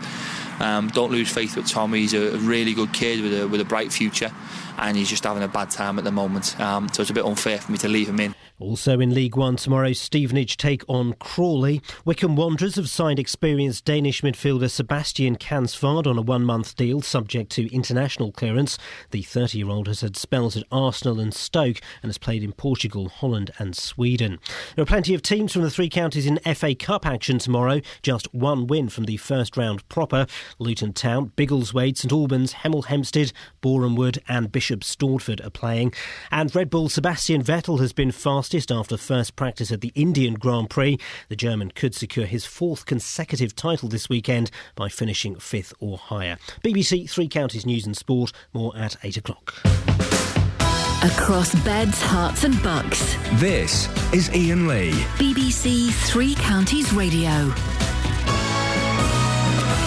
Earlier in the week, we spoke to a lady called Elizabeth Price. She was unhappy about the changes to a bus service. Well, she's also unhappy the fact that she couldn't get hold of Councillor Mahmood. She tried to call him 12 times. Apparently there's a problem with his answer phone system. Well, Councillor Mahmood promised Justin Dealey that he would call her up yesterday. Did he call her? Can we get him on the show? Well, we'll speak to Justin, J-Dog, as he likes to be called on his birthday, and Elizabeth Price before 8 o'clock this morning. Now, talking about the speed limit. Should the speed limit be reduced in towns to 20 miles an hour? What do you think? 08459 455 555. Chris is in Farley Hill. Morning, Chris. Morning. Chris, what do you reckon? Well, I live up Farley Hill now, and my daughter's we do 20 all around the estate. Really? Do you find it hard to do 20? Well, no, my daughter drives at the moment. She's got a Safira. No, she doesn't find it hard at all, no. What car has she got? A Safira. Oh, a Safira, a Vauxhall Safira. Her husband used to make him IBC, now he's self-employed. Oh. That's years old, and he's got a works van. Oh, OK. No, she doesn't even look at the speed. She doesn't look at the speedo. Oh. No, that'll do. My husband does 110 in it sometimes, if he's a bit naughty. He does what, sorry? He's done over 100 going to London. Well, no, of course. No, but that's not my problem. I'm not. We're both hitting the pedal that isn't there. Yeah. Yeah. But she doesn't find He does over 100 miles an hour? He's done 100 with me in it and my daughter. Chris, that's illegal. I do hope you suggest that's an immediate ban, I think. No, my daughter, she's going to Liverpool, and I won't tell you what she said about her situation. We're both hitting the floor, and there's nothing there, is there? No, there's nothing there. And he's looking at, he's a fisherman, he's looking at shops, and we're going, the brake lights, he sees the brake lights come on, he goes, that's all right, and then... Yeah, well, you would. But that's why he's wearing tyres out and brake this out. Yeah. Yeah. You've got to be very careful, Chris. I would listen. If a car hits another car at 100 miles an hour, that's game over. No, when my daughter's driving, I'm quite comfortable. Yeah, when he's driving, you're not so comfortable. No, but I was the first one to pass the test in the whole family, anyway. Really? In '64. Yeah. I'll tell you another thing. When I worked at Hightown for years. Yep. And Vauxhall, you know when you go up Stockingstone and hang a right. Yep. Going to work, they're flashing me because you know the lady by Post Meadow. Who are flashing you? Because we've heard stories about Hightown. No, you know the bottom of Post Meadow. The other cars. Yeah, they're flashing us, telling us they've got the radar gun out. Oh. And they're putting them over like left, right, and centre because they're coming home. They're not. But you're going to work because might be late, and they pull them over, ticket. The rule is very simple, Chris. Yeah. Don't speed. I've learnt my lesson. 6 points this year. Fine. I've got the message, officer. Don't speed. Well, the speed limit is a limit. It's not a target. I know. I've got 2 speeding fines all my driving life, but I've got banned on a motorbike when I was a kid for 6 months. What did you do on a motorbike when you were a kid? I was courting this girl over Aylesbury. I used to do ice cream. I went on a bike and I had a motorbike. And I risked it. Yeah. And I took the pictures and I got banned on a motorbike. But after a while, they didn't take that into account because I was a youngster. Yeah. I was in love. Well, listen, if you're not allowed to speed when you're young and in love, then when are you allowed to speed? Never. No, but you try cycling for 6 months and bussing, it's not funny. Not when you're courting. Did the relationship last? Well, no, if I'd insured the motorbike, which I probably couldn't afford, I could have done it on pay-as-you-go, but I was impulsive. I used to cycle from Hockwell Ring to Aylesbury. Huh? From you used to cycle from her where? I was in a prefab. I used to cycle from Hockwell Ring to Aylesbury. Right. And did the love affair last? No. Did it end because you got banned from going on the motorbike? No, I did an ice cream. I used to give 3 ice creams when we were 16. Who did? This I'll tell you, her name was Carol Wilson, South Coast. I don't know if you should be giving out Carol Wilson's name if she was stealing ice creams. No, but I worked on the ice cream round. Oh, so you stole ice creams? Bill, yeah. For Carol Wilson? Yeah, and my friend. Yeah. You sure you want to admit this live on the air? Yeah, right. Well, you might get in trouble, Mr. Whippy might. I actually talked to her mum, and why she being funny? I was mad enough with her anyway. Why would she dump you? You sound like a catch. I don't know. She said. I said to her, Mum, what's the matter? She said, I don't know. You know what women are like. Perhaps I took her to anybody? I took her to see Hercules Unchained in Aylesbury Cinema. Yeah. Well, if you took her to see that might explain it. It's not a very good film. I earned the money off the ice cream, man, to treat her, you see. What's your favourite flavour? Well, this was Tony Bill I'm talking about. Yeah, but what's your favourite flavour? I'm trying to think. Mint chocolate chip. Neapolitan. Oh, I like a Neapolitan. I tell you what I don't like: Tutti Frutti or rum and raisin. Disgusting. Yeah, Tony Bill come from Half Moon Lane. They were part of, and I got 37 and sixpence a week. Yep. And I had to go. He picked me up. I had to wash the van on Tuesday. I didn't get home till 9:15 in the summer. But I got fed up of eating ice cream. Can anyone ever get fed up with eating ice cream? He used to stop on the way and have 2 pints and a cheese sandwich, a roll, and bring me a cheese roll out from this pub. So hang on a minute. So far, Chris, you've confessed to your son-in-law driving over 100 miles an hour, you stealing ice cream, and you drinking and driving an ice cream van. Yeah. Fantastic. Chris, lovely to talk to you. We've got to move on. 08459 455 555 is the telephone number if you want to give us a call. We didn't do all of the newspapers, did we? Shall we do the Express? Well, the Express and the Mail have both got the same picture on. It's of that baby. Congratulations to the baby. But the Express goes... police find vital clues. Now Portuguese reopened the case. Madeleine McCann, of course, is what they are referring to. The parents of Madeleine McCann hope Portugal's decision to reopen the case will finally lead to her being found. Portuguese police relaunched their investigation after detectives reviewing a mass of evidence uncovered compelling new leads and potential new witnesses. Do you think they're ever going to find out? Wouldn't it be amazing? Wouldn't it be amazing if they did? If at some point, far-fetched, these things do occasionally have happy endings. Wouldn't it be amazing if they did? And then they've got a picture of a Bulgarian gypsy woman who may be the mum of this little girl that's discovered in Greece. And this little girl looks like 2 of her kids. Quite incredibly so. What's going on in the world? The Daily Mail, a picture of that baby and that couple. Charles, why I fear being king. Prince Charles fears becoming king will condemn him to imprisonment, denying him the freedom to pursue his favoured causes and spending all that money that we pay him every year. Despite being seen as itching to ascend the throne, he's already feeling the weight of duty, according to an extraordinary profile published today. Aides say the prince is desperate to get as much of his charitable and environmental work done before the prison shades close. The surprise insight into his thinking comes from an interview with more than 50 of his friends and associates. It must be fair play. It must be difficult having a life of privilege and earning millions of pounds for not doing a lot. It must be difficult. Dave's in Luton. Morning, Dave. Good morning, Iain. Dave? Yes? You're banned. Oh, right. There we go. The Sun. Historical royal picture.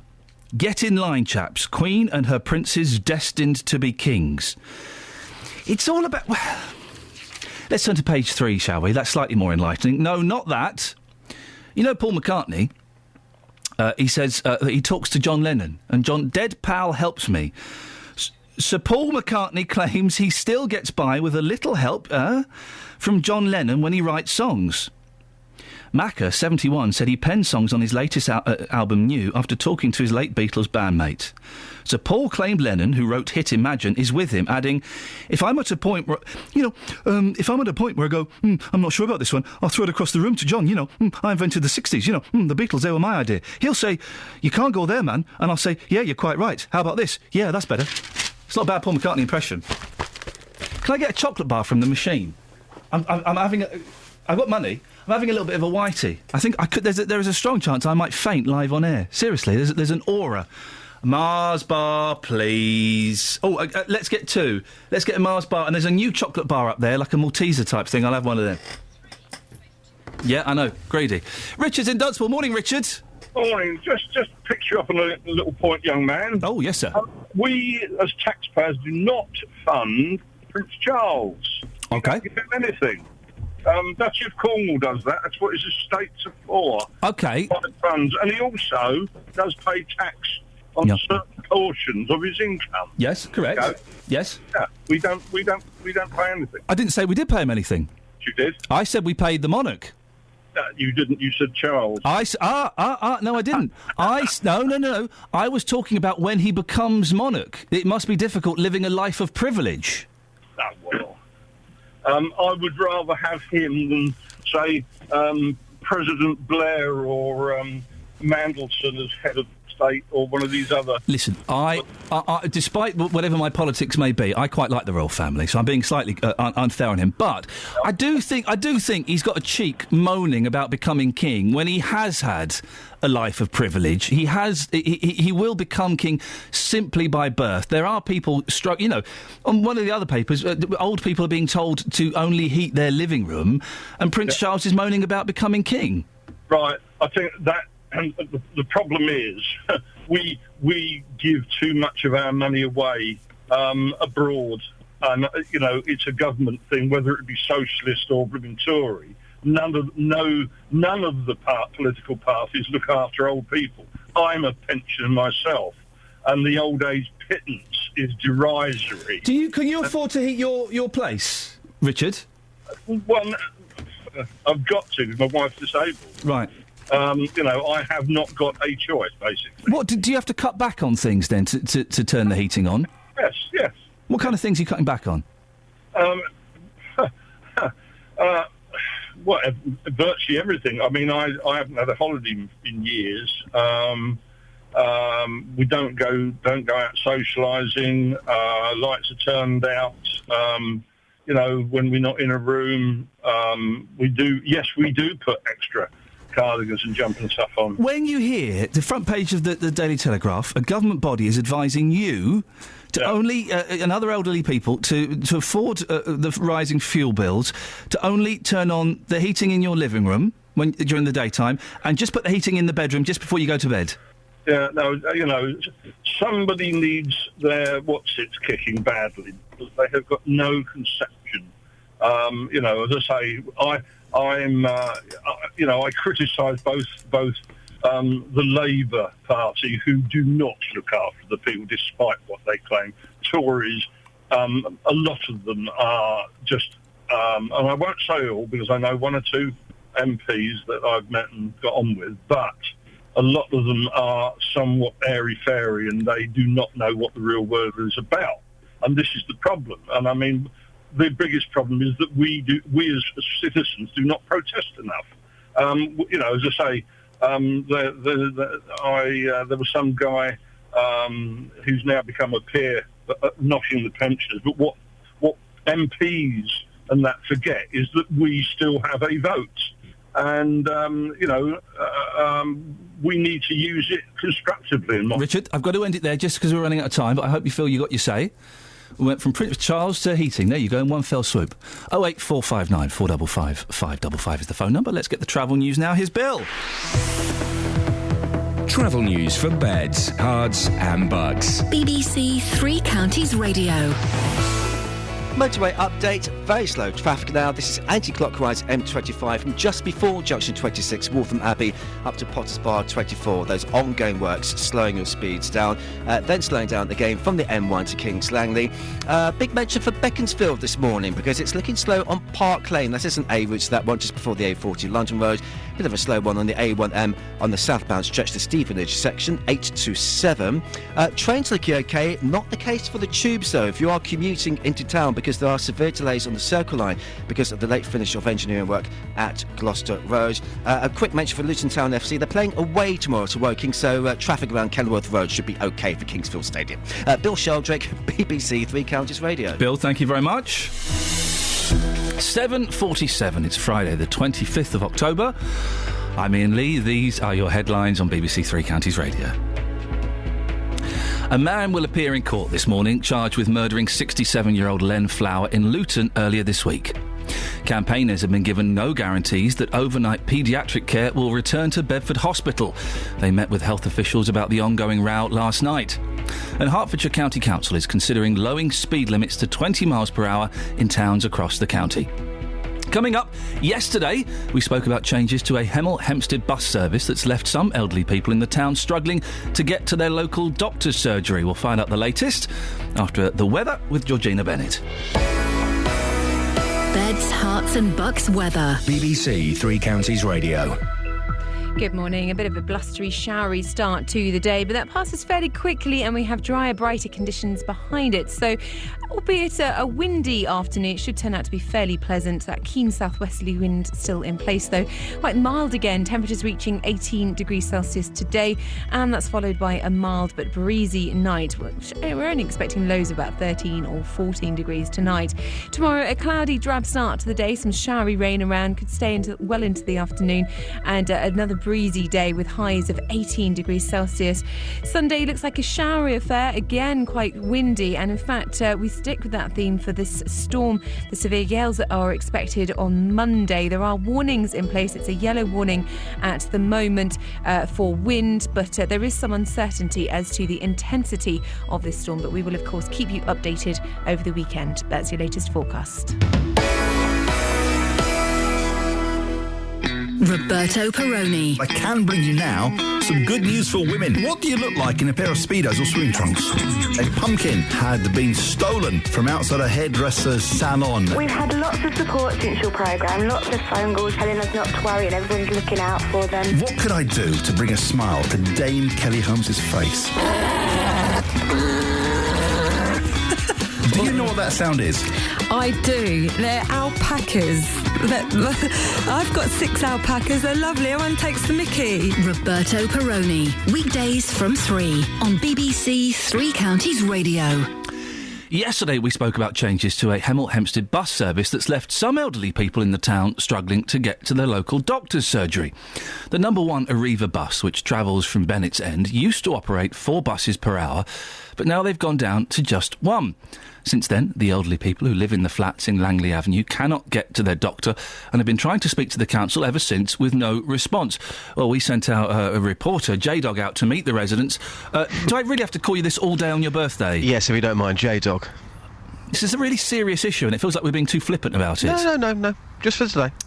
Now, J-Dog, you spoke to some of the residents, and before we were hopeful to speak to Councillor Mahmood, who had not been able to, well, for some reason had not been replying to the residents. Remind us what happened. Yeah, more to come on him very soon. I've been to meet Elizabeth Price. Now, she's been trying to get answers, Ian, since the end of July, when this bus service changed. She is so frustrated that she came to us. Now, according to Elizabeth, the doctor's surgery is around 3/4 of a mile from the bus stop on Leys Road. Now, that's up a hill, so people there, they can't walk it, or they can't afford to get a taxi.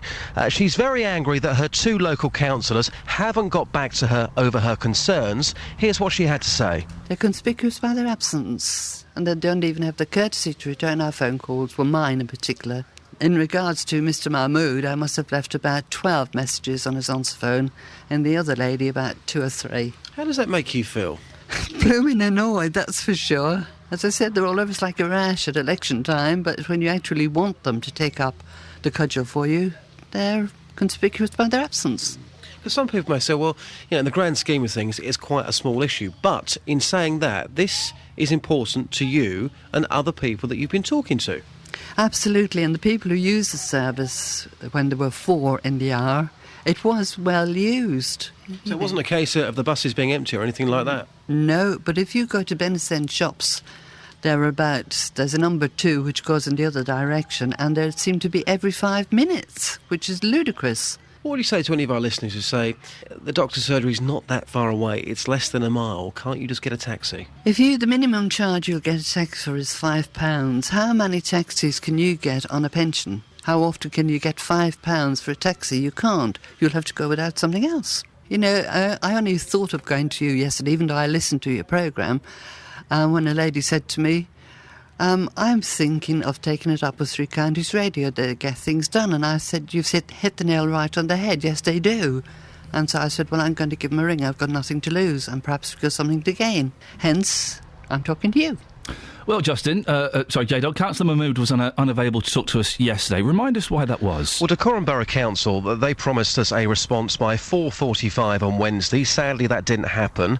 So I phoned Councillor Mahmood yesterday, just after 7 o'clock. I found a mobile number for him. Now, sadly, he couldn't appear live on the programme because he was having a business meeting in Newcastle. But what he did say, he gave us a guarantee that he would phone Elizabeth Price. She's been trying to make contact since the end of July. He assured us that he would phone her yesterday and he would come on your show live today. So I'm hoping, fingers crossed, that he stuck to his word. Well, Elizabeth joins us now. Good morning, Elizabeth. Good morning. Lovely to have you back on again. First things first, did Councillor Mahmood call you yesterday? Yes, he did. Fantastic. And what did he have to say? Well, he waffled and he gave me a lot of spin as to why he couldn't get back, and his children first of all, his phone wasn't picking up messages, and then I said, well, why not buy a new phone? I can pop down to Curry's today and buy a new phone, like that. So he said he might go in and buy one yesterday, which is a bit of a lame excuse, really. But, and then he sort of gave me various reasons, which I said, well, I'm sorry, that doesn't excuse, if you say, you ring me, well, if I can get hold of you, you're a counsellor. And he said, he'd been busy with meetings and his job was demanding. And I said, well, the same applies when you're canvassing. Elizabeth, stay there, because we are now joined by Councillor Suklain Mahmood. Good morning, Councillor. Good morning. Well, listen, well done, first of all, for calling Elizabeth yesterday, as you promised, and thank you very much for coming on the show. It's much appreciated. Yeah. But Elizabeth has been trying to get hold of you since the end of July. Left 12 messages, Suklain. Why did you not call her back? Can I just clear something here? To contact your counsellor, there's 3-4 different ways to do it. First of all, there's a phone number, which Elizabeth has been phoning and leaving messages 12 times, yeah. Yeah, no, let me come. With the phone, I don't think there is a message set up to say, please leave a message and we will get back to you on the phone. Whatever the phone system is, maybe it isn't set up, so that's one issue. OK, so I'm assuming you've rectified that and you've set that up now, have you? I'm actually... I haven't done it yet. Oh. I have to go and buy a phone and set it up because now I know the problem exists. The second issue is if Elizabeth has been trying to contact me since July, the second option is ring the council or write to the councillor's home address or the council address. Yeah? It's no use waiting 4 months. No. Mr. Mahmood, let Elizabeth speak. Elizabeth? Yes, please. I have been ringing the town hall and I did leave messages on your phone. It did actually give me that facility, and I did avail myself of it. So the phone gave you the option to leave messages, and you did contact the hall as well? Yes. So she's done those things, Mr. Mahmood, and you still didn't get back to her? No, hang on. Did she contact the hall to say, get a message to me, because I have a pigeonhole there, and I would have picked it up, yeah? Did you say that, Elizabeth?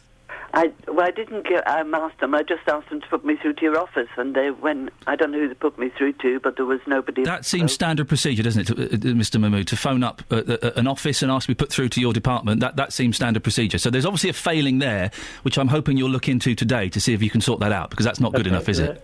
Yeah.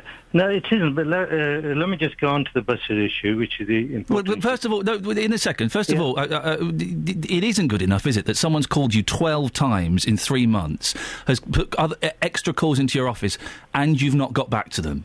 That's not good enough, is it? Let me just explain how a counsellor works. When she says call to the office, we work 9 to 5 in a day job. You just that's irrelevant. You just told her that she should be calling the office, and what you do in the daytime is irrelevant. You are a counsellor. Can I just say, please? I'm saying they should phone the council office. She did that. Leave it. Then can I just finish? You phone the council office and you ask for a message to be passed on to the councillor. She did that. Well, if she hasn't, nobody's passed that message on. And I spoke to a council yesterday. There's no... Are you calling her a liar? Because she's done that. No, you're putting words into my mouth. Well, but you're not believing her. She has done that. Elizabeth, I am believing her. I haven't. So there's a failing in in the council, isn't there? No, there isn't a failing in the council. What you do, let me say, when you phone somebody, you say, "Can I leave a message for, say, Councillor Mahmood?" I know how to leave messages, Councillor Mahmood. Yes. Yeah, but what you're trying to do is manipulate a situation. No, I'm not, Councillor Mahmood. What I'm trying to do is I'm trying to establish that Elizabeth has done that. You are telling her to do that. She did that. That system didn't work. So the system you have in place doesn't work. Can I just clear? She said, I phoned the councillor and asked to be put through, if she was put through to an office, yeah? She has not said she left a message for any councillor. Councillor... Elizabeth, when you were put through to his office, did you ask to leave a message? No, because there was nobody there to take a message. There was nobody there to take a message. Councillor Mahmood, can I say... Let me just say... Instead of coming on to apologise, you are actually sounding quite ridiculous. Well, you're not. You sound angry. No, I'm not. All I'm saying is, I don't have an office in the council. First of all. So the council is wrong. They put her through to what they claim was their office. So there is a problem in the council which you need to sort out. I don't know what the conversation was between her and the council. She's just told you, Councillor Mahmood. I'm just telling you as well. If you say you leave a message for me, the message is put in my pigeonhole and he gets... She left 12 messages on your phone that you claim doesn't have an answer phone, but yet has the facility for someone to leave a message. Yeah. Can we... we've addressed that previously, so I don't want to keep going back on it. I'm sure you'll keep on the same line. Well, no, and also we were asked by whoever booked... Can we go on to the buses? In 1 second, we were asked by whoever booked you to not mention the answer phone problem. Why was that? No, hang on a minute. Right, okay, this is...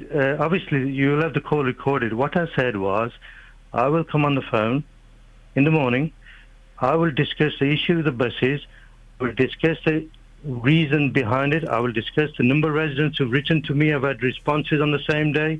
So that's why I didn't say... I said I don't want to spend 5 minutes doing exactly what you're doing, which basically is sensationalising a story. No, it's not sensationalising. Councillor Mahmood. I'm very disappointed in your sort of approach to the whole problem. The problem is buses for the elderly. No. The problem...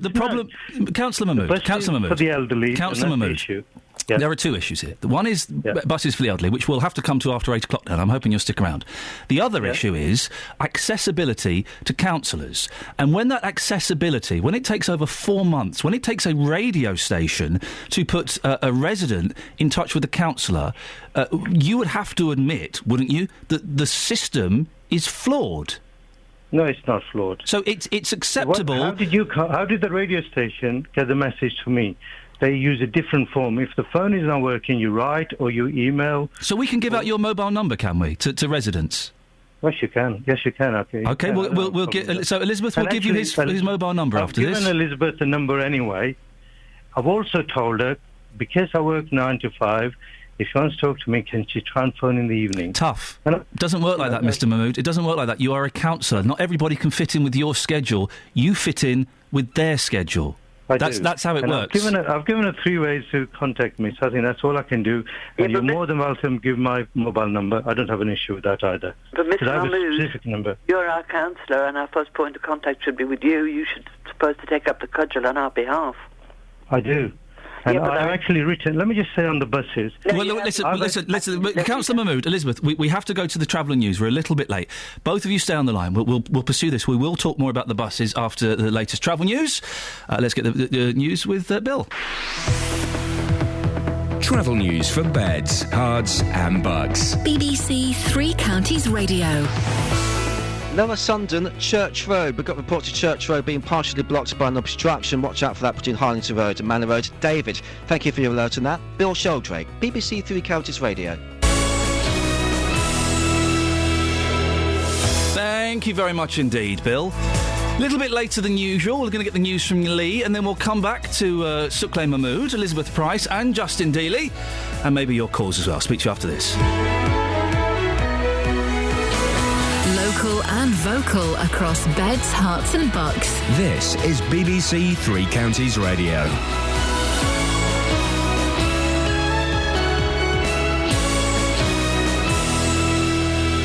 It's 8 o'clock, I'm Lee Agnew. The headlines: man charged with murder in Luton, no promises about paediatric services in Bedford, and speed limits could be lowered across towns in Hertfordshire. BBC Three Counties Radio. A man has been charged with the murder of 67-year-old Len Flower, who was stabbed to death in Luton on Tuesday. 35-year-old Samir Barber will appear before magistrates today. Catherine Boyle has the latest. The suspect was arrested in Warwickshire just hours after the fatal stabbing inside Mr Flower's garage in Carnegie Gardens. Samir Barber, who also lives in Carnegie Gardens, was charged with murder last night by detectives. Mr Flower had been stabbed in the heart and was pronounced dead after being found by a member of the public who was delivering leaflets in the area. Campaigners have been given no guarantees that overnight paediatric care will return to Bedford Hospital. It's currently suspended because of concerns that junior staff weren't being supervised properly. A review of services will now take place, but Ray McKeating from the Save Our Riverbank ward campaign says it's worrying for parents. The deadline of March next year was long enough for temporary services to be in place, and we wanted them back earlier than that. Now to be told that it won't really be thought about until maybe summer to autumn next year is just unacceptable. New government guidelines say people who are struggling with energy bills should only heat their living room during the day and the bedroom just before they go to sleep. The advice is designed to cut avoidable deaths this winter. Virginia Murray is from Public Health England. We recommend that your sitting room should not be more than 21 degrees C, so don't overheat. Save money by not overheating.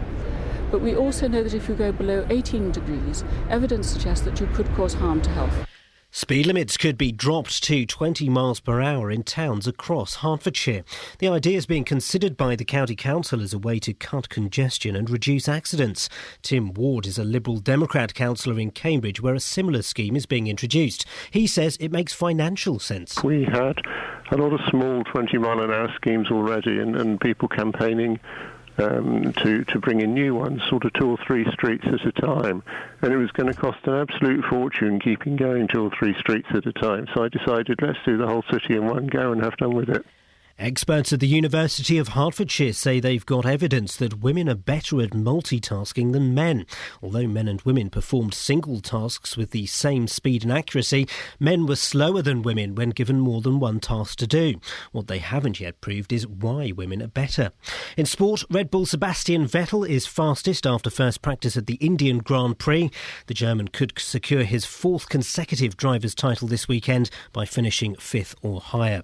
And the weather will be cloudy with heavy rain this morning, but turning brighter later. Top temperatures around 19 degrees Celsius, 66 degrees Fahrenheit. Get the latest news and sport online at bbc.co.uk/3 counties. Thank you, Lee. Morning, this is Iain Lee, BBC Three Counties Radio.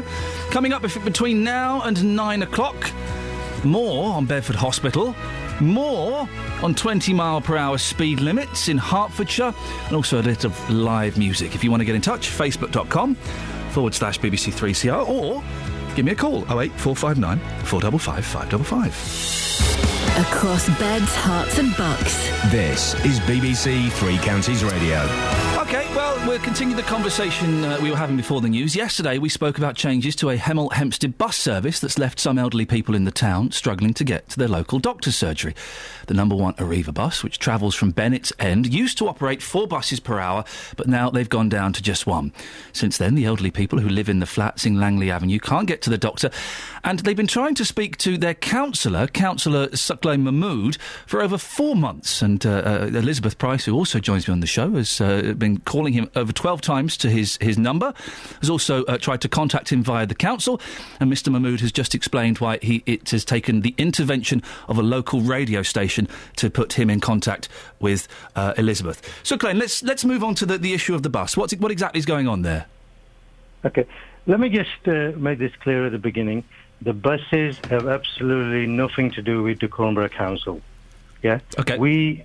It has nothing to do with the councillor, but as a local representative, I take up issues with the residents and help and support where I can. The buses in Bennis End, the area I cover, have been drastically cut, and to be honest, the whole of Hemel Hempstead has a real realignment of buses with the reduction in services. So 2 residents wrote to me by email, and they responded on the same day. We've taken the issue up with the MP, as Elizabeth has. She informed me yesterday, and the MP written to her to say, look, this is a Riva private business matter, but he will take it up. The buses are reduced. The MP has met a Riva and passed the concerns on, and they said they will review the situation in 6 months. You would have to speak to Riva yourself to get the straight from the horse's mouth. In terms of buses in Bennis End, they have reduced. There's 2 reductions. One is the early service from 6:30 to 7:45 in certain areas. The other one is before 9 buses for children to school and people going to surgery. Yes, they have been cut. I've rang Riva Customer Services, as other residents have, and they don't write back to you. Mr Mahmood, it's frustrating, isn't it, when they don't get back in touch? Sorry? It must be frustrating, Councillor Mahmood, when they don't get back in touch with you. What they say is they will review it and take the comments on board.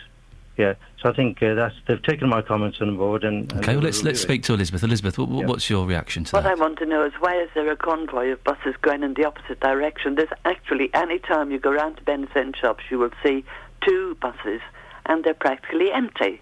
I want Mr Mahmood to find out why they're running 2 empty buses down in the other direction, when we, in our direction, going down Leys Road, only get 1 in the hour, and if they cut that number 1, then it's 2-hour gap.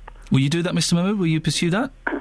I will pursue it, but I'm not promising anything. But it's a private company matter, so I cannot... okay, but that specific point... I can pick it up. The specific... I will pick it up, but... Who are they running service for? Are they running for themselves or for the passengers? Yeah. I can't comment on the bus company, but one thing I have suggested to Elizabeth and others is we have concerns in Bennis End. We should have friends and residents and local bus users. Let's start a petition which we can pass on to Riva, so in the review they can take it on board. We have to end it there because we're running out of time. Elizabeth, I really appreciate... one last thing. Very quickly, if you can, Councillor. Thank you for your time. I was saying to Elizabeth, we did a litter pick last Friday in the field next to her house. We did 200 leaflets, so there was a chance for people locally to come out and talk to me there. So you have the time to hand out leaflets, but not the time to get back in touch with leaflets. With had people. To contact residents. I deliver to their house. I don't hand them out. If I'm delivering leaflets, there's no better way. I didn't get any leaflets, and I don't know if anybody in my street did. Mr Mahmood, will you be buying a new telephone today? I won't be buying today. I'm up north, but when I get back on the weekend, I'll be looking into answering service. I suggest you do it as quickly as you can, Councillor Mahmood. Thank you very much indeed, Councillor Mahmood, who took 4 months to get in touch with a local resident, Elizabeth Price, and that only happened when BBC Three Counties intervened. Thank you very much indeed. Call 08459 455 555. BBC Three Counties Radio. The future of paediatric services at Bedford Hospital was discussed at a public meeting last night. Parents, campaigners and the local clinical commissioning group who will determine the future of the unit met to talk about when services will return to the hospital and how they should be run. Dave Hodgson is the Mayor of Bedford. Morning, Dave. Where are we at in terms of getting services back to Bedford? Oh, Dave? Dave's dropped off. We'll get Dave back in a little bit. 08459 455 555. Paul Scoynes, our political reporter, has just sent me an email about Councillor Mahmood. Yes, I bet those leaflets that he's handing out have his telephone number on. Yes, I suspect they possibly do. I think we've got Dave on the line now. Morning, Dave. Good morning. Dave, where are we at in terms of getting services back to Bedford? I think there's information that I sort of got from last night, you probably know more about, in terms of the consultation about the speed of that, but least I know is that we should be going out, or the hospital should be going out to consultation at the commissioners on the 11th of November about their options. I've had meetings with a whole range of people, as you expect, and some of the local doctors, the Trust Development Agency, believe there are ways to bring back all the services to Bedford, have to deliver them differently, but all being delivered locally. And I hope, and I'm going to demand, that's one of the options that they consult on.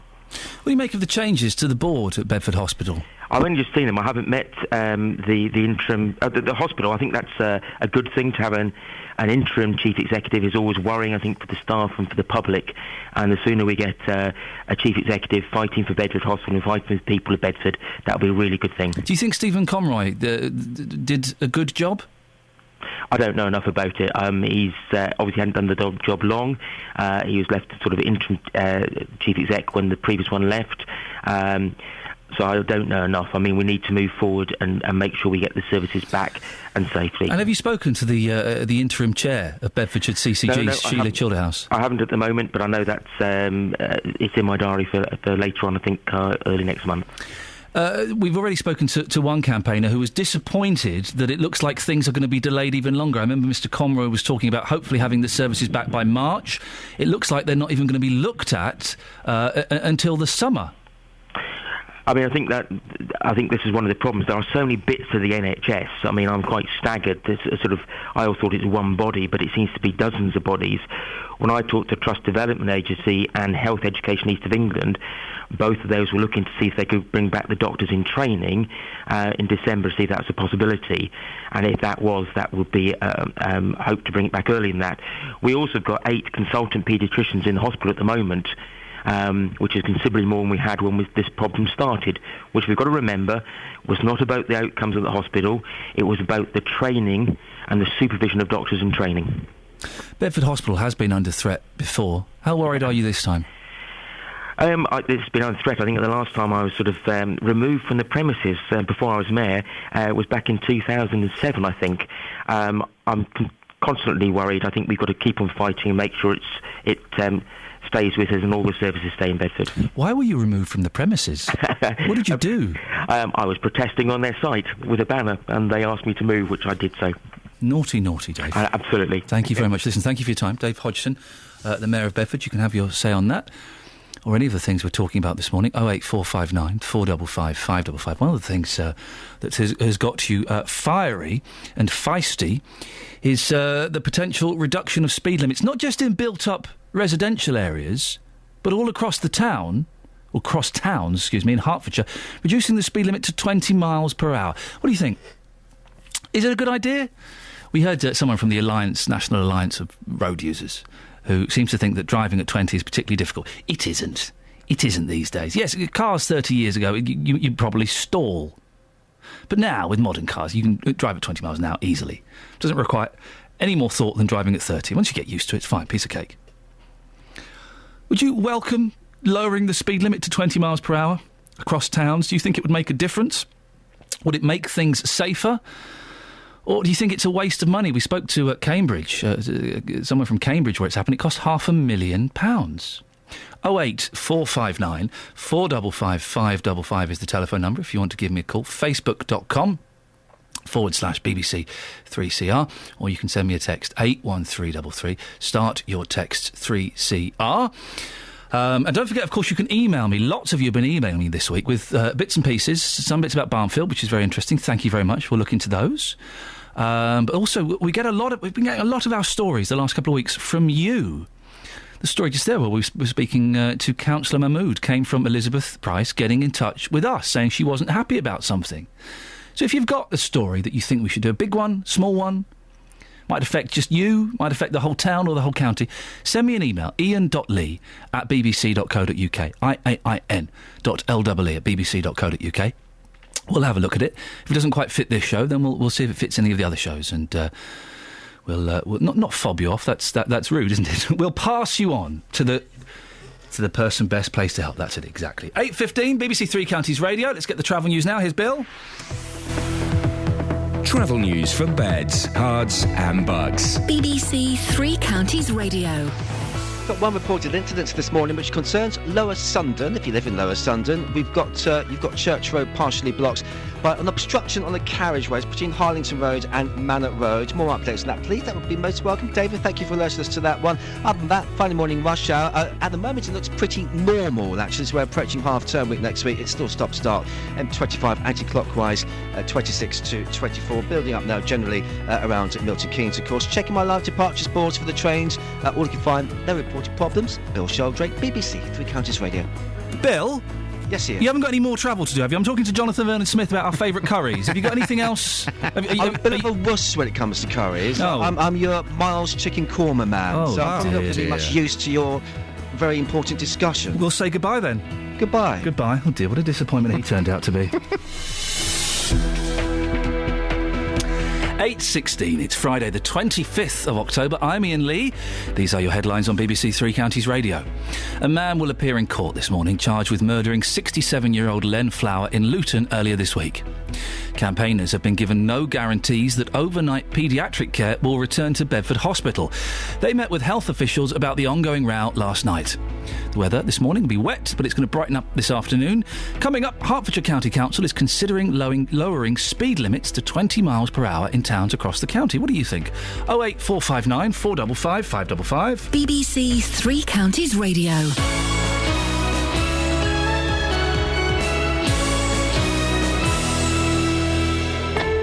BBC Three Counties Radio. You have no idea what it's like for the businesses up here. Local and vocal. We're at the situation where we cannot pay invoices that were due in August. As a result, we cannot buy stock for the Christmas trade. Across beds, hearts and bucks. I mean, I've lived here 30 odd years, but you can't go out no more. I used to go down the bingo. You don't go anywhere. People on planes who are really large should pay for 2 seats because they take up all the space. Local and vocal. Across beds, hearts and bucks. This is BBC Three Counties Radio. We were talking about curries. You went out for a cheeky curry last night. Oh, yes. You've inspired me to maybe order one tonight. I've got the kids all day. Once they're in bed, I'm going to sit in front of the telly, watch Watchdog on the video, and have a curry. It's Friday. Yeah. I mean, let's be crazy and live on the edge. Let's live. I'm trying to remember my favourite dish. It's like a yellow, sort of creamy dish with bits of cheese. Mutter paneer. Oh, mutter paneer. And mutter paneer? I'll have a mutter paneer. That's just like a little side. Oh, right. Oh, it's delicious. I was going to say, I mean, you're a vegetarian, what do you eat when you're a vegetarian? A veg korma. Is that what they put lumps of broccoli in it, or yes? Really? What's the problem with that? What? So you literally get no meat in it at all? Well, what with being a vegetarian? No. How odd. Well, no, that's how it works. It's a lifestyle choice. So it's like the rest of the korma or the balti or whatever. Yeah. But instead of meat, it's lumps of broccoli. Yeah. And other vegetables, yes. Oh. It's delicious. Then you get some sides, some bombay aloo, some aloo gobi. More vegetables. Yeah. Mutter paneer, get some naan. That's not a vegetable, is it? No, bread. It's a bread. Get a lassi. I like a lassi. And a lassi? A sweet lassi. Have you ever been to an Indian restaurant? You've missed half of the thing.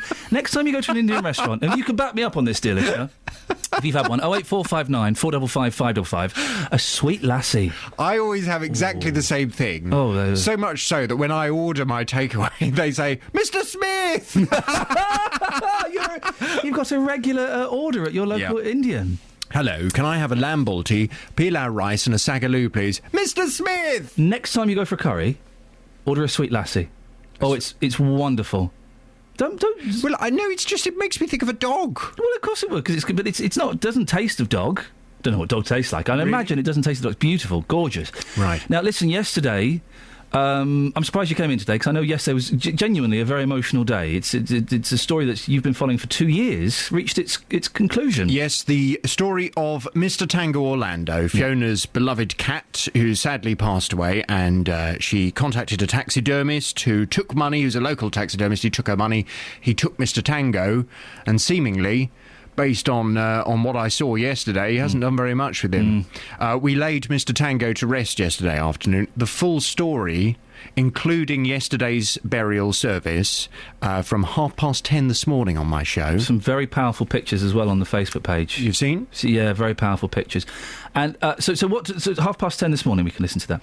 And also, just very quickly, before you talk about what's coming up today, well done in your consumer hour yesterday with those chancers who bought that sofa that was too big for their living room and they got their money back. Oh, dearie me.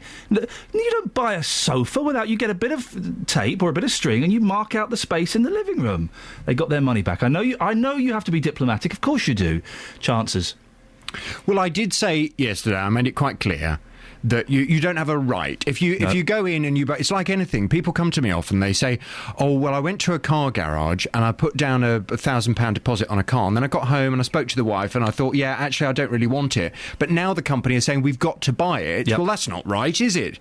Well, actually, it is. It is right. Of course, you've entered into a contract. Exactly. The law states, you don't go putting deposits down for things. You don't go agreeing to buy things unless you actually intend to buy them, because it's legally binding, and you're going to find it very, very difficult, if not impossible, to get out of that contract. Yes, so that was one of those very cases. But Christina was very lucky. That the company said, lucky. You know what? We can't be doing with this. We can't be bothered with Tim phoning us up anymore. Please leave us alone. Please leave us alone. We'll give her back her money. She was lucky, though. Very lucky. Bit of a chance. Now, what's coming up on your show today? Coming up on this morning's Big Phone In. Been very interested in your miles per hour discussion. Oh, yes. So from 9 this morning, I'm asking, is it reasonable to limit drivers to 20 miles per hour in towns? Hertfordshire County Council has suggested reducing the speed limit to 20 miles per hour in towns across the county. Councillors hope the move could cut congestion and reduce accidents. However, Nigel Humphreys, who you had a very feisty conversation with He's fun, earlier. Nigel, and I hope he took it in the spirit it was intended. I don't think he did. No? But I think he got a bit miffed, but I always enjoy my sparring with Nigel. Well, he was telling you that 20 is an unnatural speed and the policy is a bad idea. You know what I was trying to think about, though, this morning? Yeah. If I had to stick to 20, I would not be able to go into third gear. Sorry? That is a reality in my car. If anything less than 30... my car shakes how in old third is your gear. Car? 2 years old. Oh, for goodness sakes. You don't know how to drive properly. It shakes. No, the gear's too low. So I would have to be in 20, and I would have to drive around with my engine going, like that. That's the reality. Is that the reality?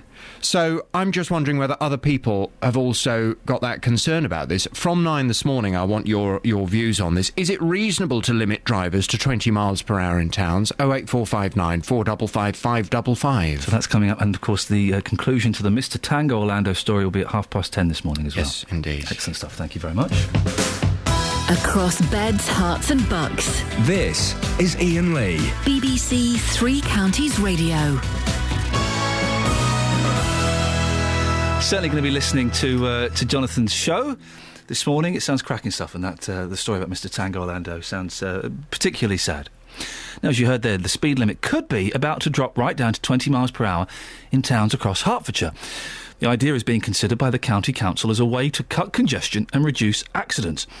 Well, earlier on in the show, I spoke to Nigel Humphreys from the Alliance of British Drivers, who thinks they're wasting their time. I think it's a very bad idea to put these in on a blanket basis. Research shows that if you put speed limits on roads that are inappropriate for the conditions, in other words, they're way below what the natural speed is that people will drive along that road, then what you get is that some people ignore them. The natural speed, a concept I'm still struggling to grasp. Well, I'm joined now by Rod King. He is the founder and campaign director of 20's Plenty for Us. Morning, Rod. Why did you set up this group? Good morning, Ian. Well, I got involved looking at our twin town. I live in Warrington in the northwest, and our twin town is in Germany. And there they had 23% of their actual in-town trips were by bicycle. And I was very interested to find out what this was and whether this was based on lots of infrastructure, cycle paths or whatever. And when I got over there, I found actually that they put in a 30 kilometres per hour speed limit throughout the whole town in the early 1990s. And that was the foundation of their walking and cycling strategies. And as a result, they actually had around about, for every 100 people moving around the town, they had about 40 fewer cars on the road.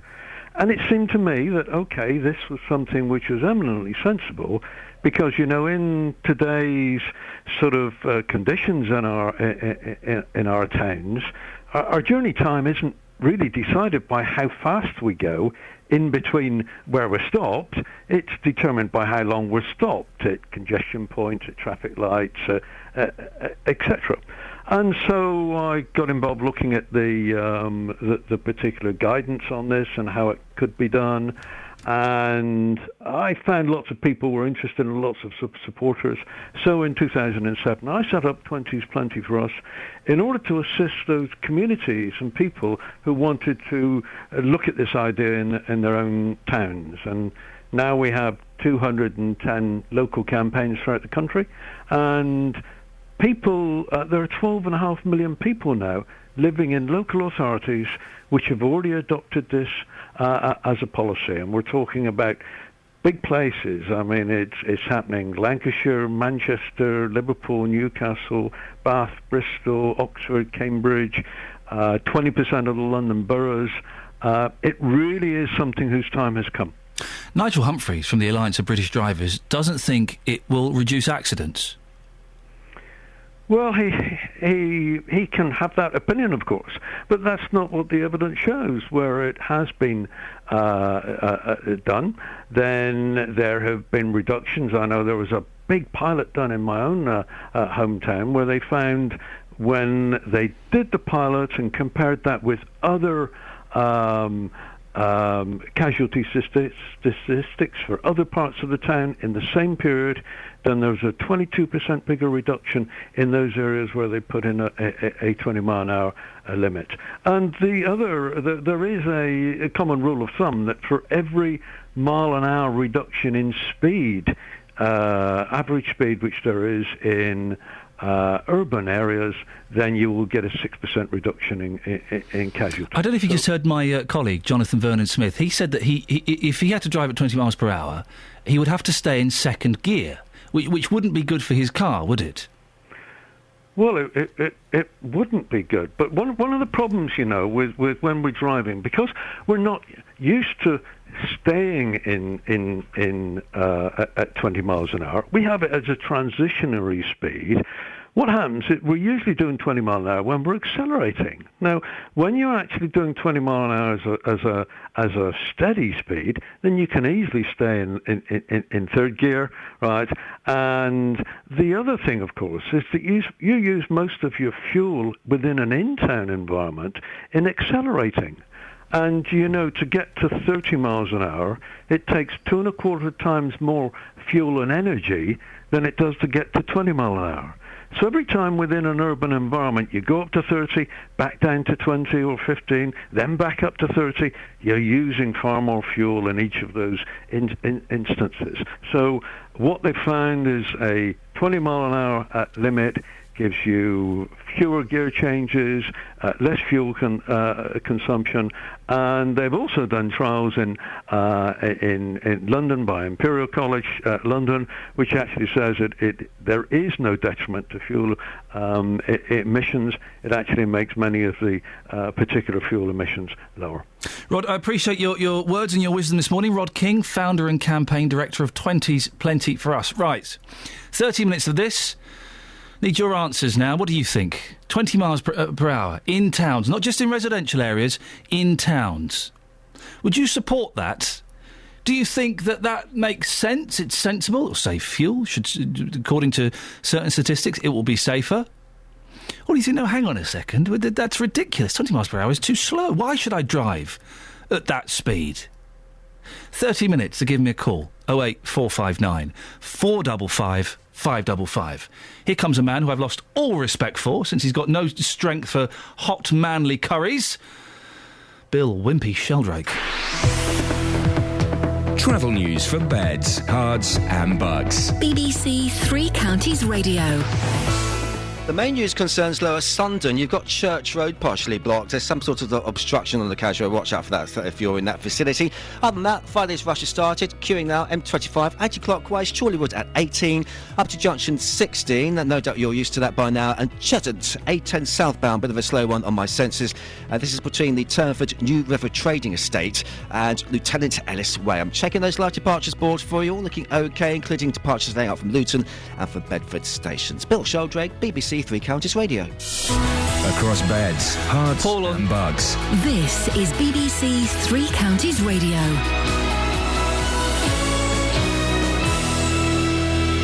It's 8:30. I'm Lee Agnew. The headlines: a man has been charged with the murder of 67-year-old Len Flower, who was stabbed to death in Luton on Tuesday afternoon. 35-year-old Samir Barber, who lives in the same road as the pensioner, will appear before magistrates today. Campaigners say they're concerned that a final decision on paediatric services at Bedford Hospital will be delayed even further. Bedfordshire Clinical Commissioning Group says it can't promise overnight care will return before there's been a full review. And the speed limit could be lowered to 20 miles per hour in towns across Hertfordshire. The idea is being considered by the County Council as a way to cut congestion and reduce accidents. The weather will be cloudy with heavy rain this morning, but turning brighter this afternoon. Top temperatures around 19 degrees Celsius, 66 degrees Fahrenheit. Three Counties Sports. BBC Three Counties Radio. Manchester City's Yaya Toure says black players could boycott the 2018 World Cup unless Russia tackles racism in football. It follows complaints of racial insults during City's midweek win in Moscow. Paul Mortimer from Show Racism the Red Card also has reservations about Russia hosting the tournament. Well, it scares me, to be truthfully honest. The best thing about it is they have 4 years to get it right. They've got work to do, and the first thing I think they have to do is accept there is an issue. Because if they continue to ignore that these things are happening, they won't really deal with it correctly. They've got 4 years. They've got to get it done in a year or two, as far as I'm concerned. It worries me, though. The MK Dons manager Carl Robinson says defender Tom Flanagan still has a future at the club. Robinson signed centre-half Jordan Spence on loan from West Ham yesterday, and he's set to play at Tranmere tomorrow. I've told him I'm not going to let him go on loan just yet. I want to stay here. We're going to work on a number of things, me and Tom, and we're going to try and get him right for when he is called upon next. Don't lose faith with Tom. He's a really good kid with a bright future, and he's just having a bad time at the moment. So it's a bit unfair for me to leave him in. Also in League One tomorrow, Stevenage take on Crawley. Wycombe Wanderers have signed experienced Danish midfielder Sebastian Kansvard on a 1-month deal, subject to international clearance. The 30-year-old has had spells at Arsenal and Stoke and has played in Portugal, Holland and Sweden. There are plenty of teams from the three counties in FA Cup action tomorrow. Luton Town, Biggleswade, St Albans, Hemel Hempstead, Borehamwood and Bishop Stortford are just one win from the first round proper. And Red Bull Sebastian Vettel has been fastest after first practice at the Indian Grand Prix. The German could secure his fourth consecutive driver's title this weekend by finishing fifth or higher. BBC Three Counties News and Sport, more at 9 o'clock. Across beds, hearts and bucks. This is Iain Lee. BBC Three Counties Radio.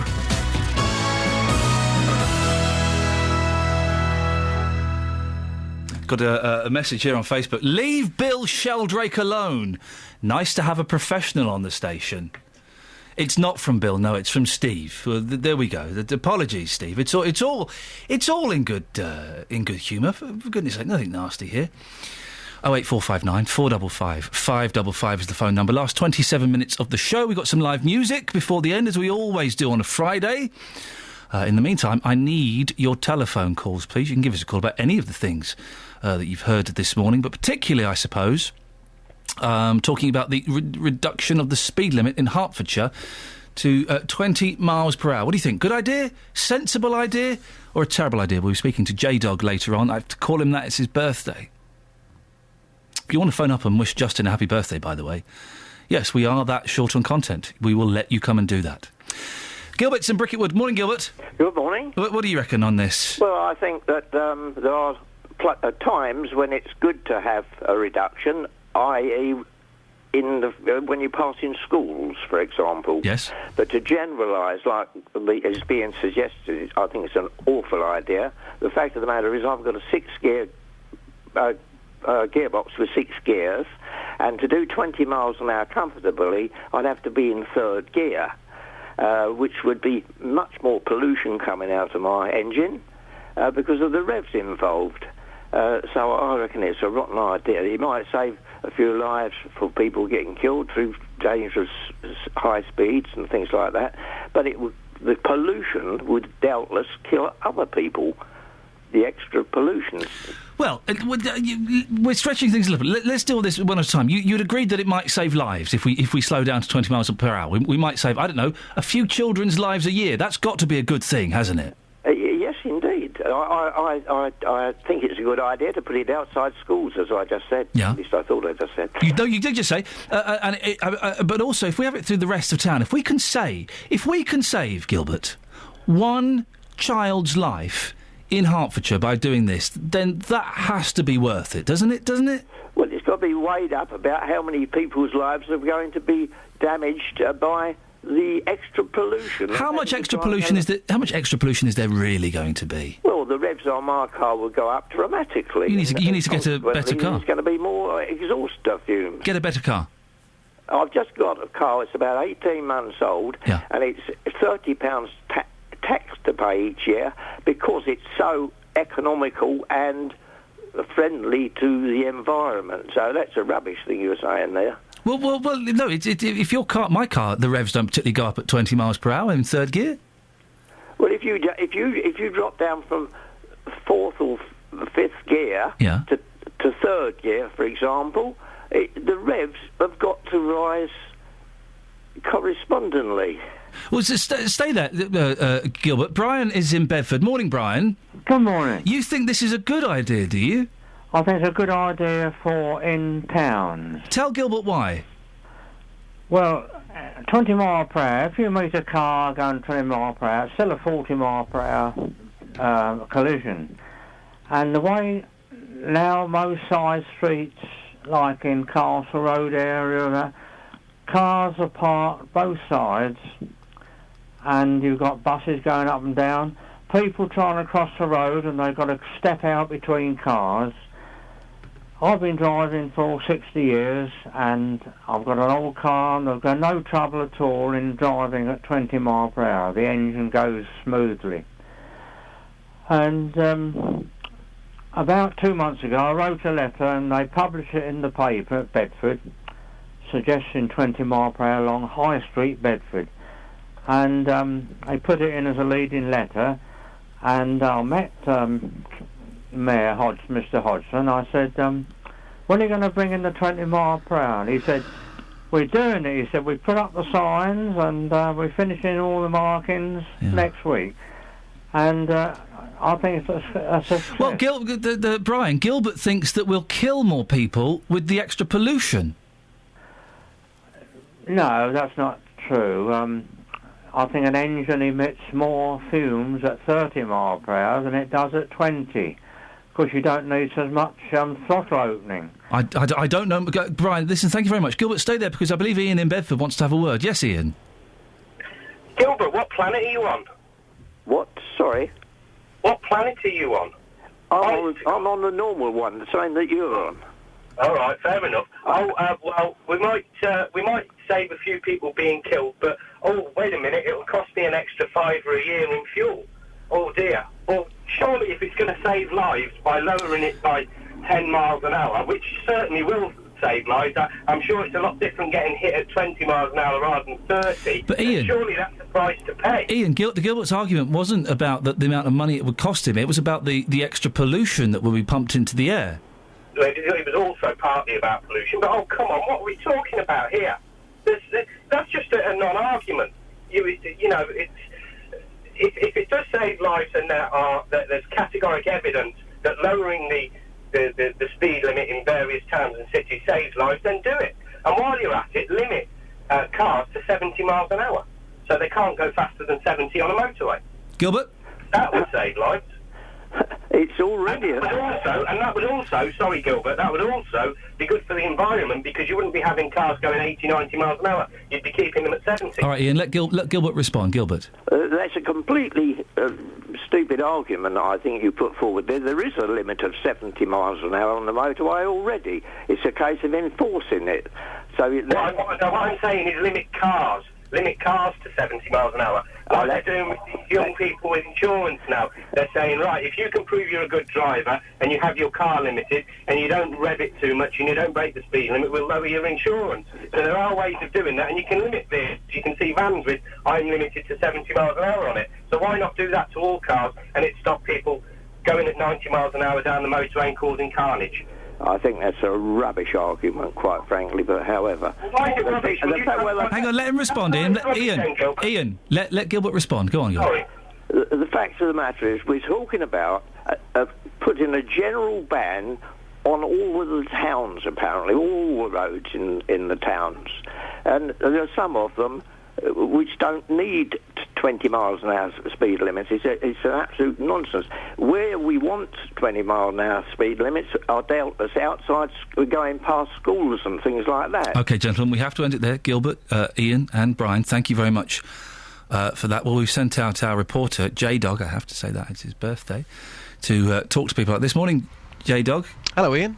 That was interesting, wasn't it, that conversation? It was good. It got feistier than I was expecting it to. Absolutely. I mean, I think personally, in reality, this is never going to happen because it's like anything. How would you police this? It's all very well saying we're going to reduce the limit to 20 miles per hour. We'll try policing that because at the moment you can't police a 30 miles per hour limit. Yeah, I don't know. How could we police that? I don't know, with policemen, with speed cameras, with things like that maybe, Justin. Yeah, but when was the last time you saw a traffic policeman? Answer me that question. It was about a month ago when I got done. A month ago, exactly, a whole month. And speed cameras, a lot of them, of course, have been turned off. Yeah, but we don't know which ones have been turned off. That's the beauty of the speed camera thing. So, yeah, one way to police speeding is with, I don't know, speed cameras. OK, speed cameras, OK. Take your point. But I have been talking to people this morning, asking them whether they think a 20 miles per hour speed limit would be a good thing. Here's what people have had to say. It's his birthday. He's been a bit rude today. No, it's a bad thing. Why would it be a bad thing? You drive too slow. Can you stick to the current speed limit? No, 40.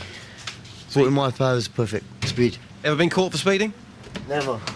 Lola, do you think you could stick to 20 miles per hour if that was the new limit on our roads? Depends on the road, to be honest. I mean, I think despite the limit, you've always got to use your judgment. You've got to look at the weather, the road surfaces, if it's foggy, etc., if there's a school nearby. So, yes, I would use that as a base, but it would depend on the road. It would probably be difficult on some roads, to be honest, though. And would you almost find yourself looking at your speedometer all the time, so you're not looking at the road, which, of course, you should be doing? Definitely. I think because you're more concerned about, obviously, getting a speeding ticket, so you do tend to look at it a bit more, definitely. But I think that it would be unrealistic, probably, to do 20 on some roads. Well, here's somebody who's a taxi driver. Reducing the speed limit to 20 miles per hour, do you think that's realistic? No, I don't think so. Because 30 miles, I mean, nowadays the cars they produce, 20 miles an hour, I mean, they start jerking, don't they? I mean, you can't even change the gear. I mean, it's the first speed gear. So you think everyone would just ignore it? I think they'll ignore it. Unless they put the cameras there. But on the whole, you driving this vehicle, which is a powerful vehicle, to be fair, you trying to stick to 20 miles per hour, do you think that would take a lot of skill for you to actually do that? Right. It will be very hard. Balls.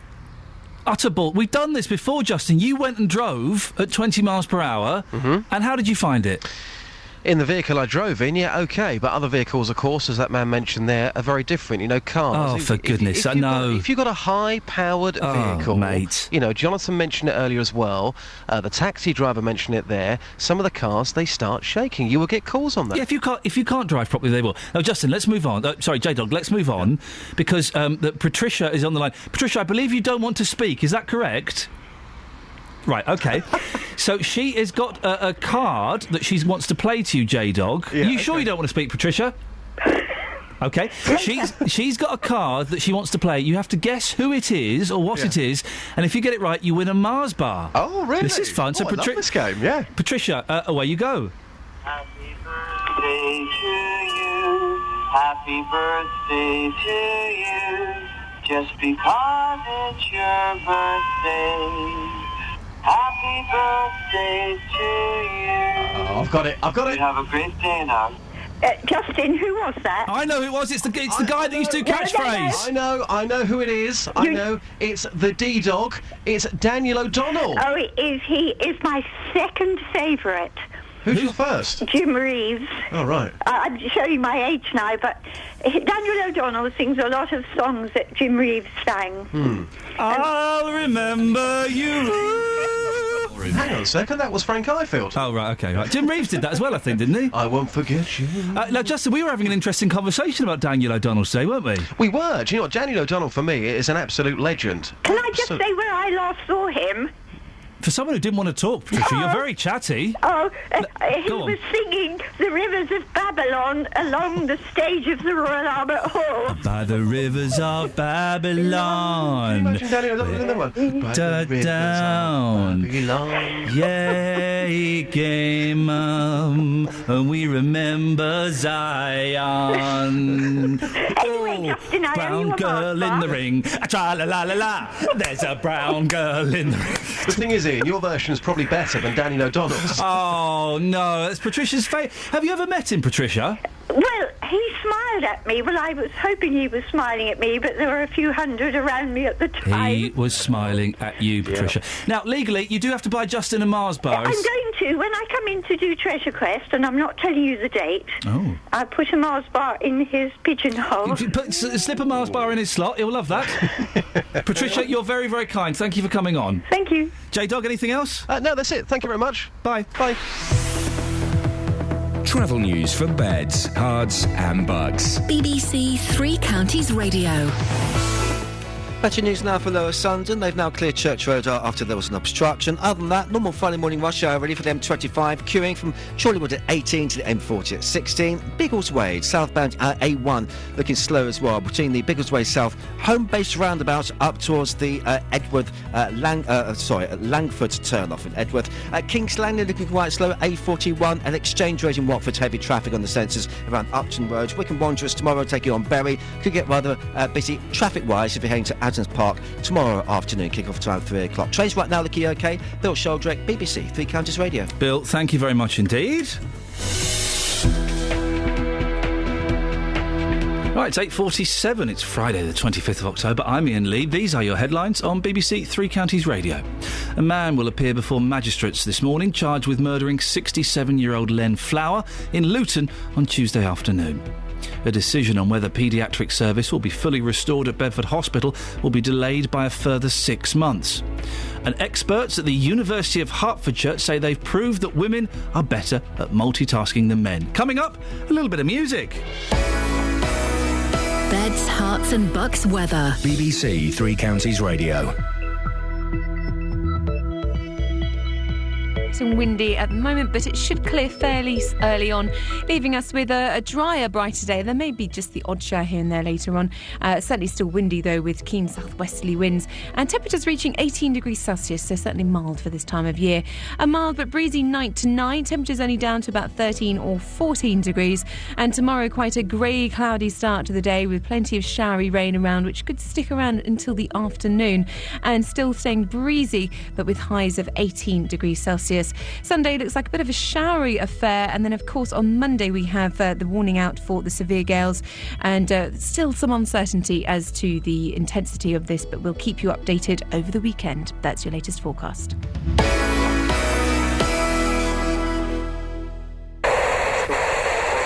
Introducing Katie Hopkins, who's a businesswoman and a broadcaster. Isn't it annoying when you just miss the end of something? Those are the headlines. There's a full bulletin at 4. You have to turn the radio off. Or there's just so many interesting things, you don't have time to listen to them all. There's a lady here. Hello, have you got the treasure for me? I have the treasure. I lost him when I was 11 and he certainly made a great impression on me. Then why not use BBC iPlayer Radio? She developed a cocaine habit that cost her over £120 a day. You can listen again to our programmes and even see what our presenters look like. You look like Mr. Stamper from a James Bond film. Head to bbc.co.uk/3counties and make BBC BBC Three Counties Radio unmissable. OK, we're going to have some live music in a bit. Before that, Jill's in Luton. Morning, Jill. Good morning. Jill, what would you like to say? I strongly believe in the 20 mile an hour suggestion because my son was nearly killed by being hit by a car on his head. That's why he took most of the impact. Wow. If the car hadn't have been going at about 20 miles an hour instead of the 30 miles on that road, he'd be dead today. He was not on a road that was a school-designated road. It was a normal road, and he misjudged crossing the road and got hit.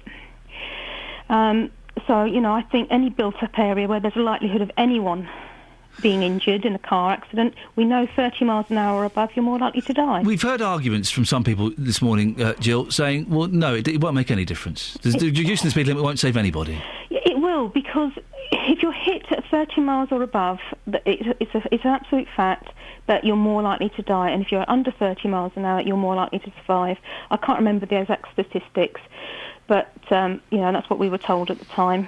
Jill, I appreciate your time. Sorry to keep it brief, but we are running out of time. I want to squeeze in some more stuff, but thank you very much for that story. Very quickly, Warren's emailed in. I checked my revs at 20 miles per hour in third gear and 30 miles per hour in fourth gear.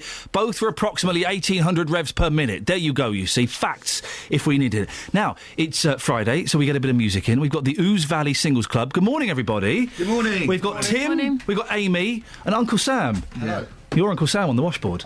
Come a little bit closer, Uncle Sam. Speak as like. Now, you've got a proper old-fashioned washboard, the types that you would have seen in a bit of Skiffle or Lonnie Donegan, something like that. Well, not quite. It's electric. Where? Oh, he's showing me his socket. It is electric. Yes. We're not going to plug it in today, unfortunately. But I'm going to ask an impossible question for you to answer. What does an electric washboard sound like? It sounds like a normal washboard, but amplified.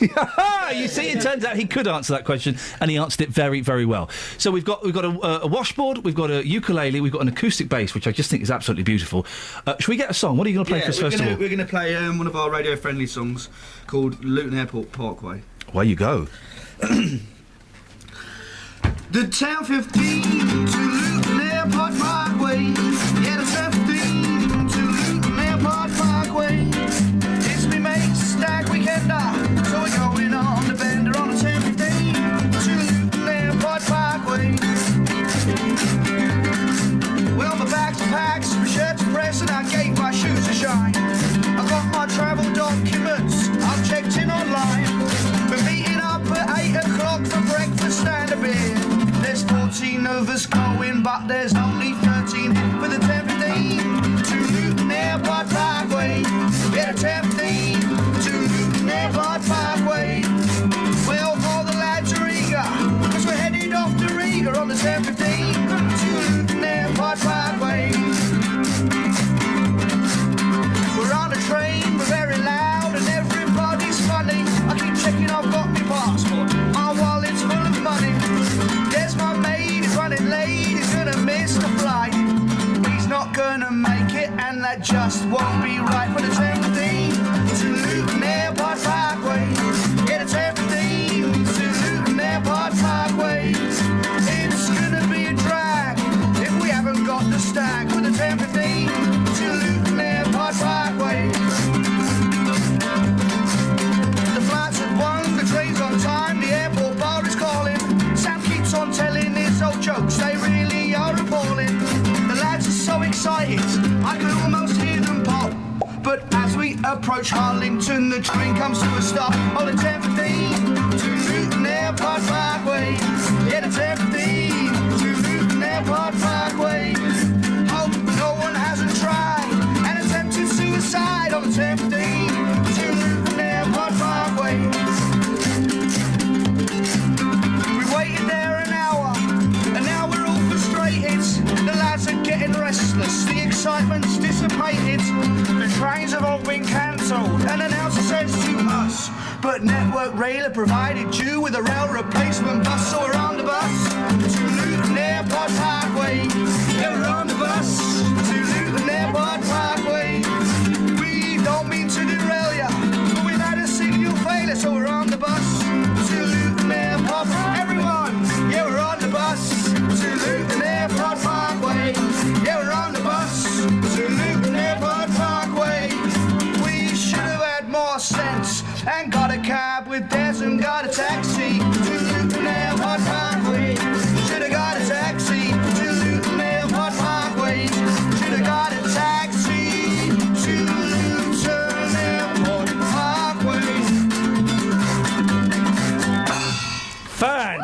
Fantastic! That was brilliant.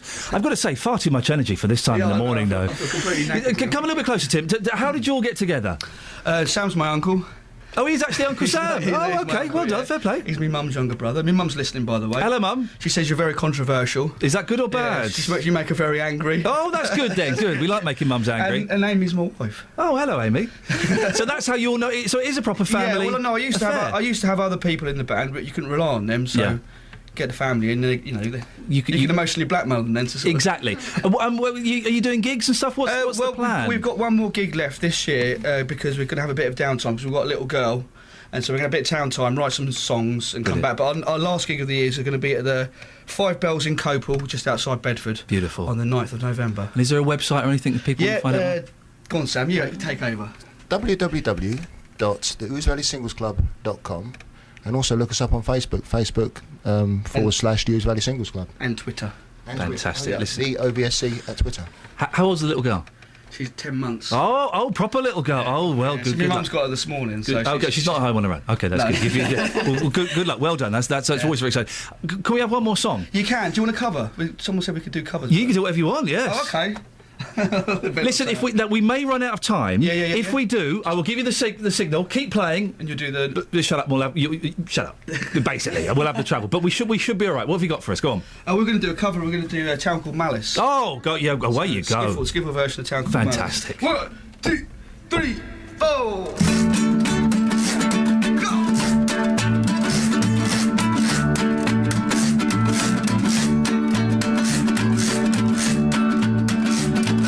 Stop dreaming of the quiet life, 'cause it's one you'll never know. And quit running for the runaway bus, 'cause of the lonely days of you. And stop apologising for the things you've never done. Because time is short and life is cruel, but it's up to us to change this town called Malice. Ooh, yeah.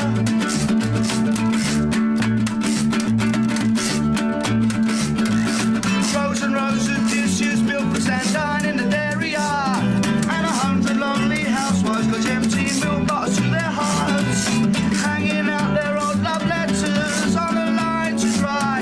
It's enough to make you stop believing when the truths come fast and furious in this town called Malice.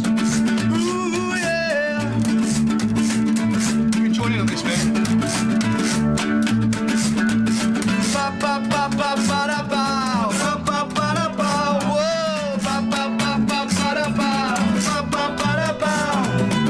Struggle after struggle, year after year. The atmosphere's a fine blend of us. I'm almost stone cold dead in this town called Malice. Ooh, yeah.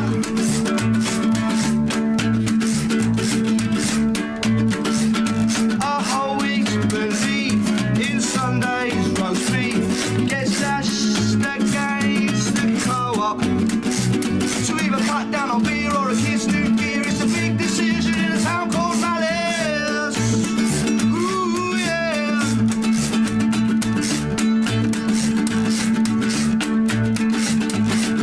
Ghost of a steam train echoes down my track. At this moment heading nowhere, just going round and round. Broken swings and children's dreams, lost laughter in the breeze. I could go on for hours, but I probably will. But I'd sooner put the joy back into this town called Malice. Ooh, yeah. In this town called Malice. Ooh, yeah. In this town called Malice. Fantastic and perfect timing too. Very quickly, do you know Stephen St Albans? Yeah. Do you? Yes. Oh, well, he just said, I like this band, get them in again. It's a stooge, for goodness sakes. We'll be back in a second to plug your website. Travel news for beds, cards and bugs. BBC Three Counties Radio. Maple Cross to the M4, junction 17 to 15, and of course this is anti-clockwise M25. Get ready for those queues. A slow one for Wide Boston on the A1 southbound, heading up to Black Cat roundabout. Leighton Buzzard's still looking slow as well. This is Leston Road at the Hotcliffe Street roundabout. How to reach us if you're on the high street. You'll notice the heavy traffic, of course, as you're approaching the mini roundabout near Bedford Square, and Aylesbury, Friarage Road, A41, looking slow on my sensors, particularly as you're approaching the Oxford Road roundabout. Glancing at my live departures boards, if you're heading to the train to get you to work, that's all looking absolutely fine.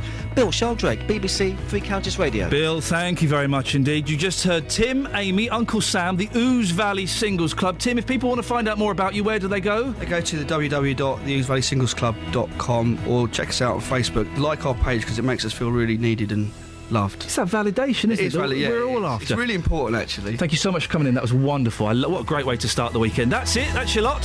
The new podcast will be out later on today. JVS is up next. From me until Monday at 6. Ta-ta. Local and vocal across Beds, Herts and Bucks. This is BBC Three Counties Radio. Thank you, Iain. Good morning. Welcome to the JVS show. I'm Jonathan Vernon Smith. It's Friday, and on today's Big Phone In, I'm asking, is it reasonable to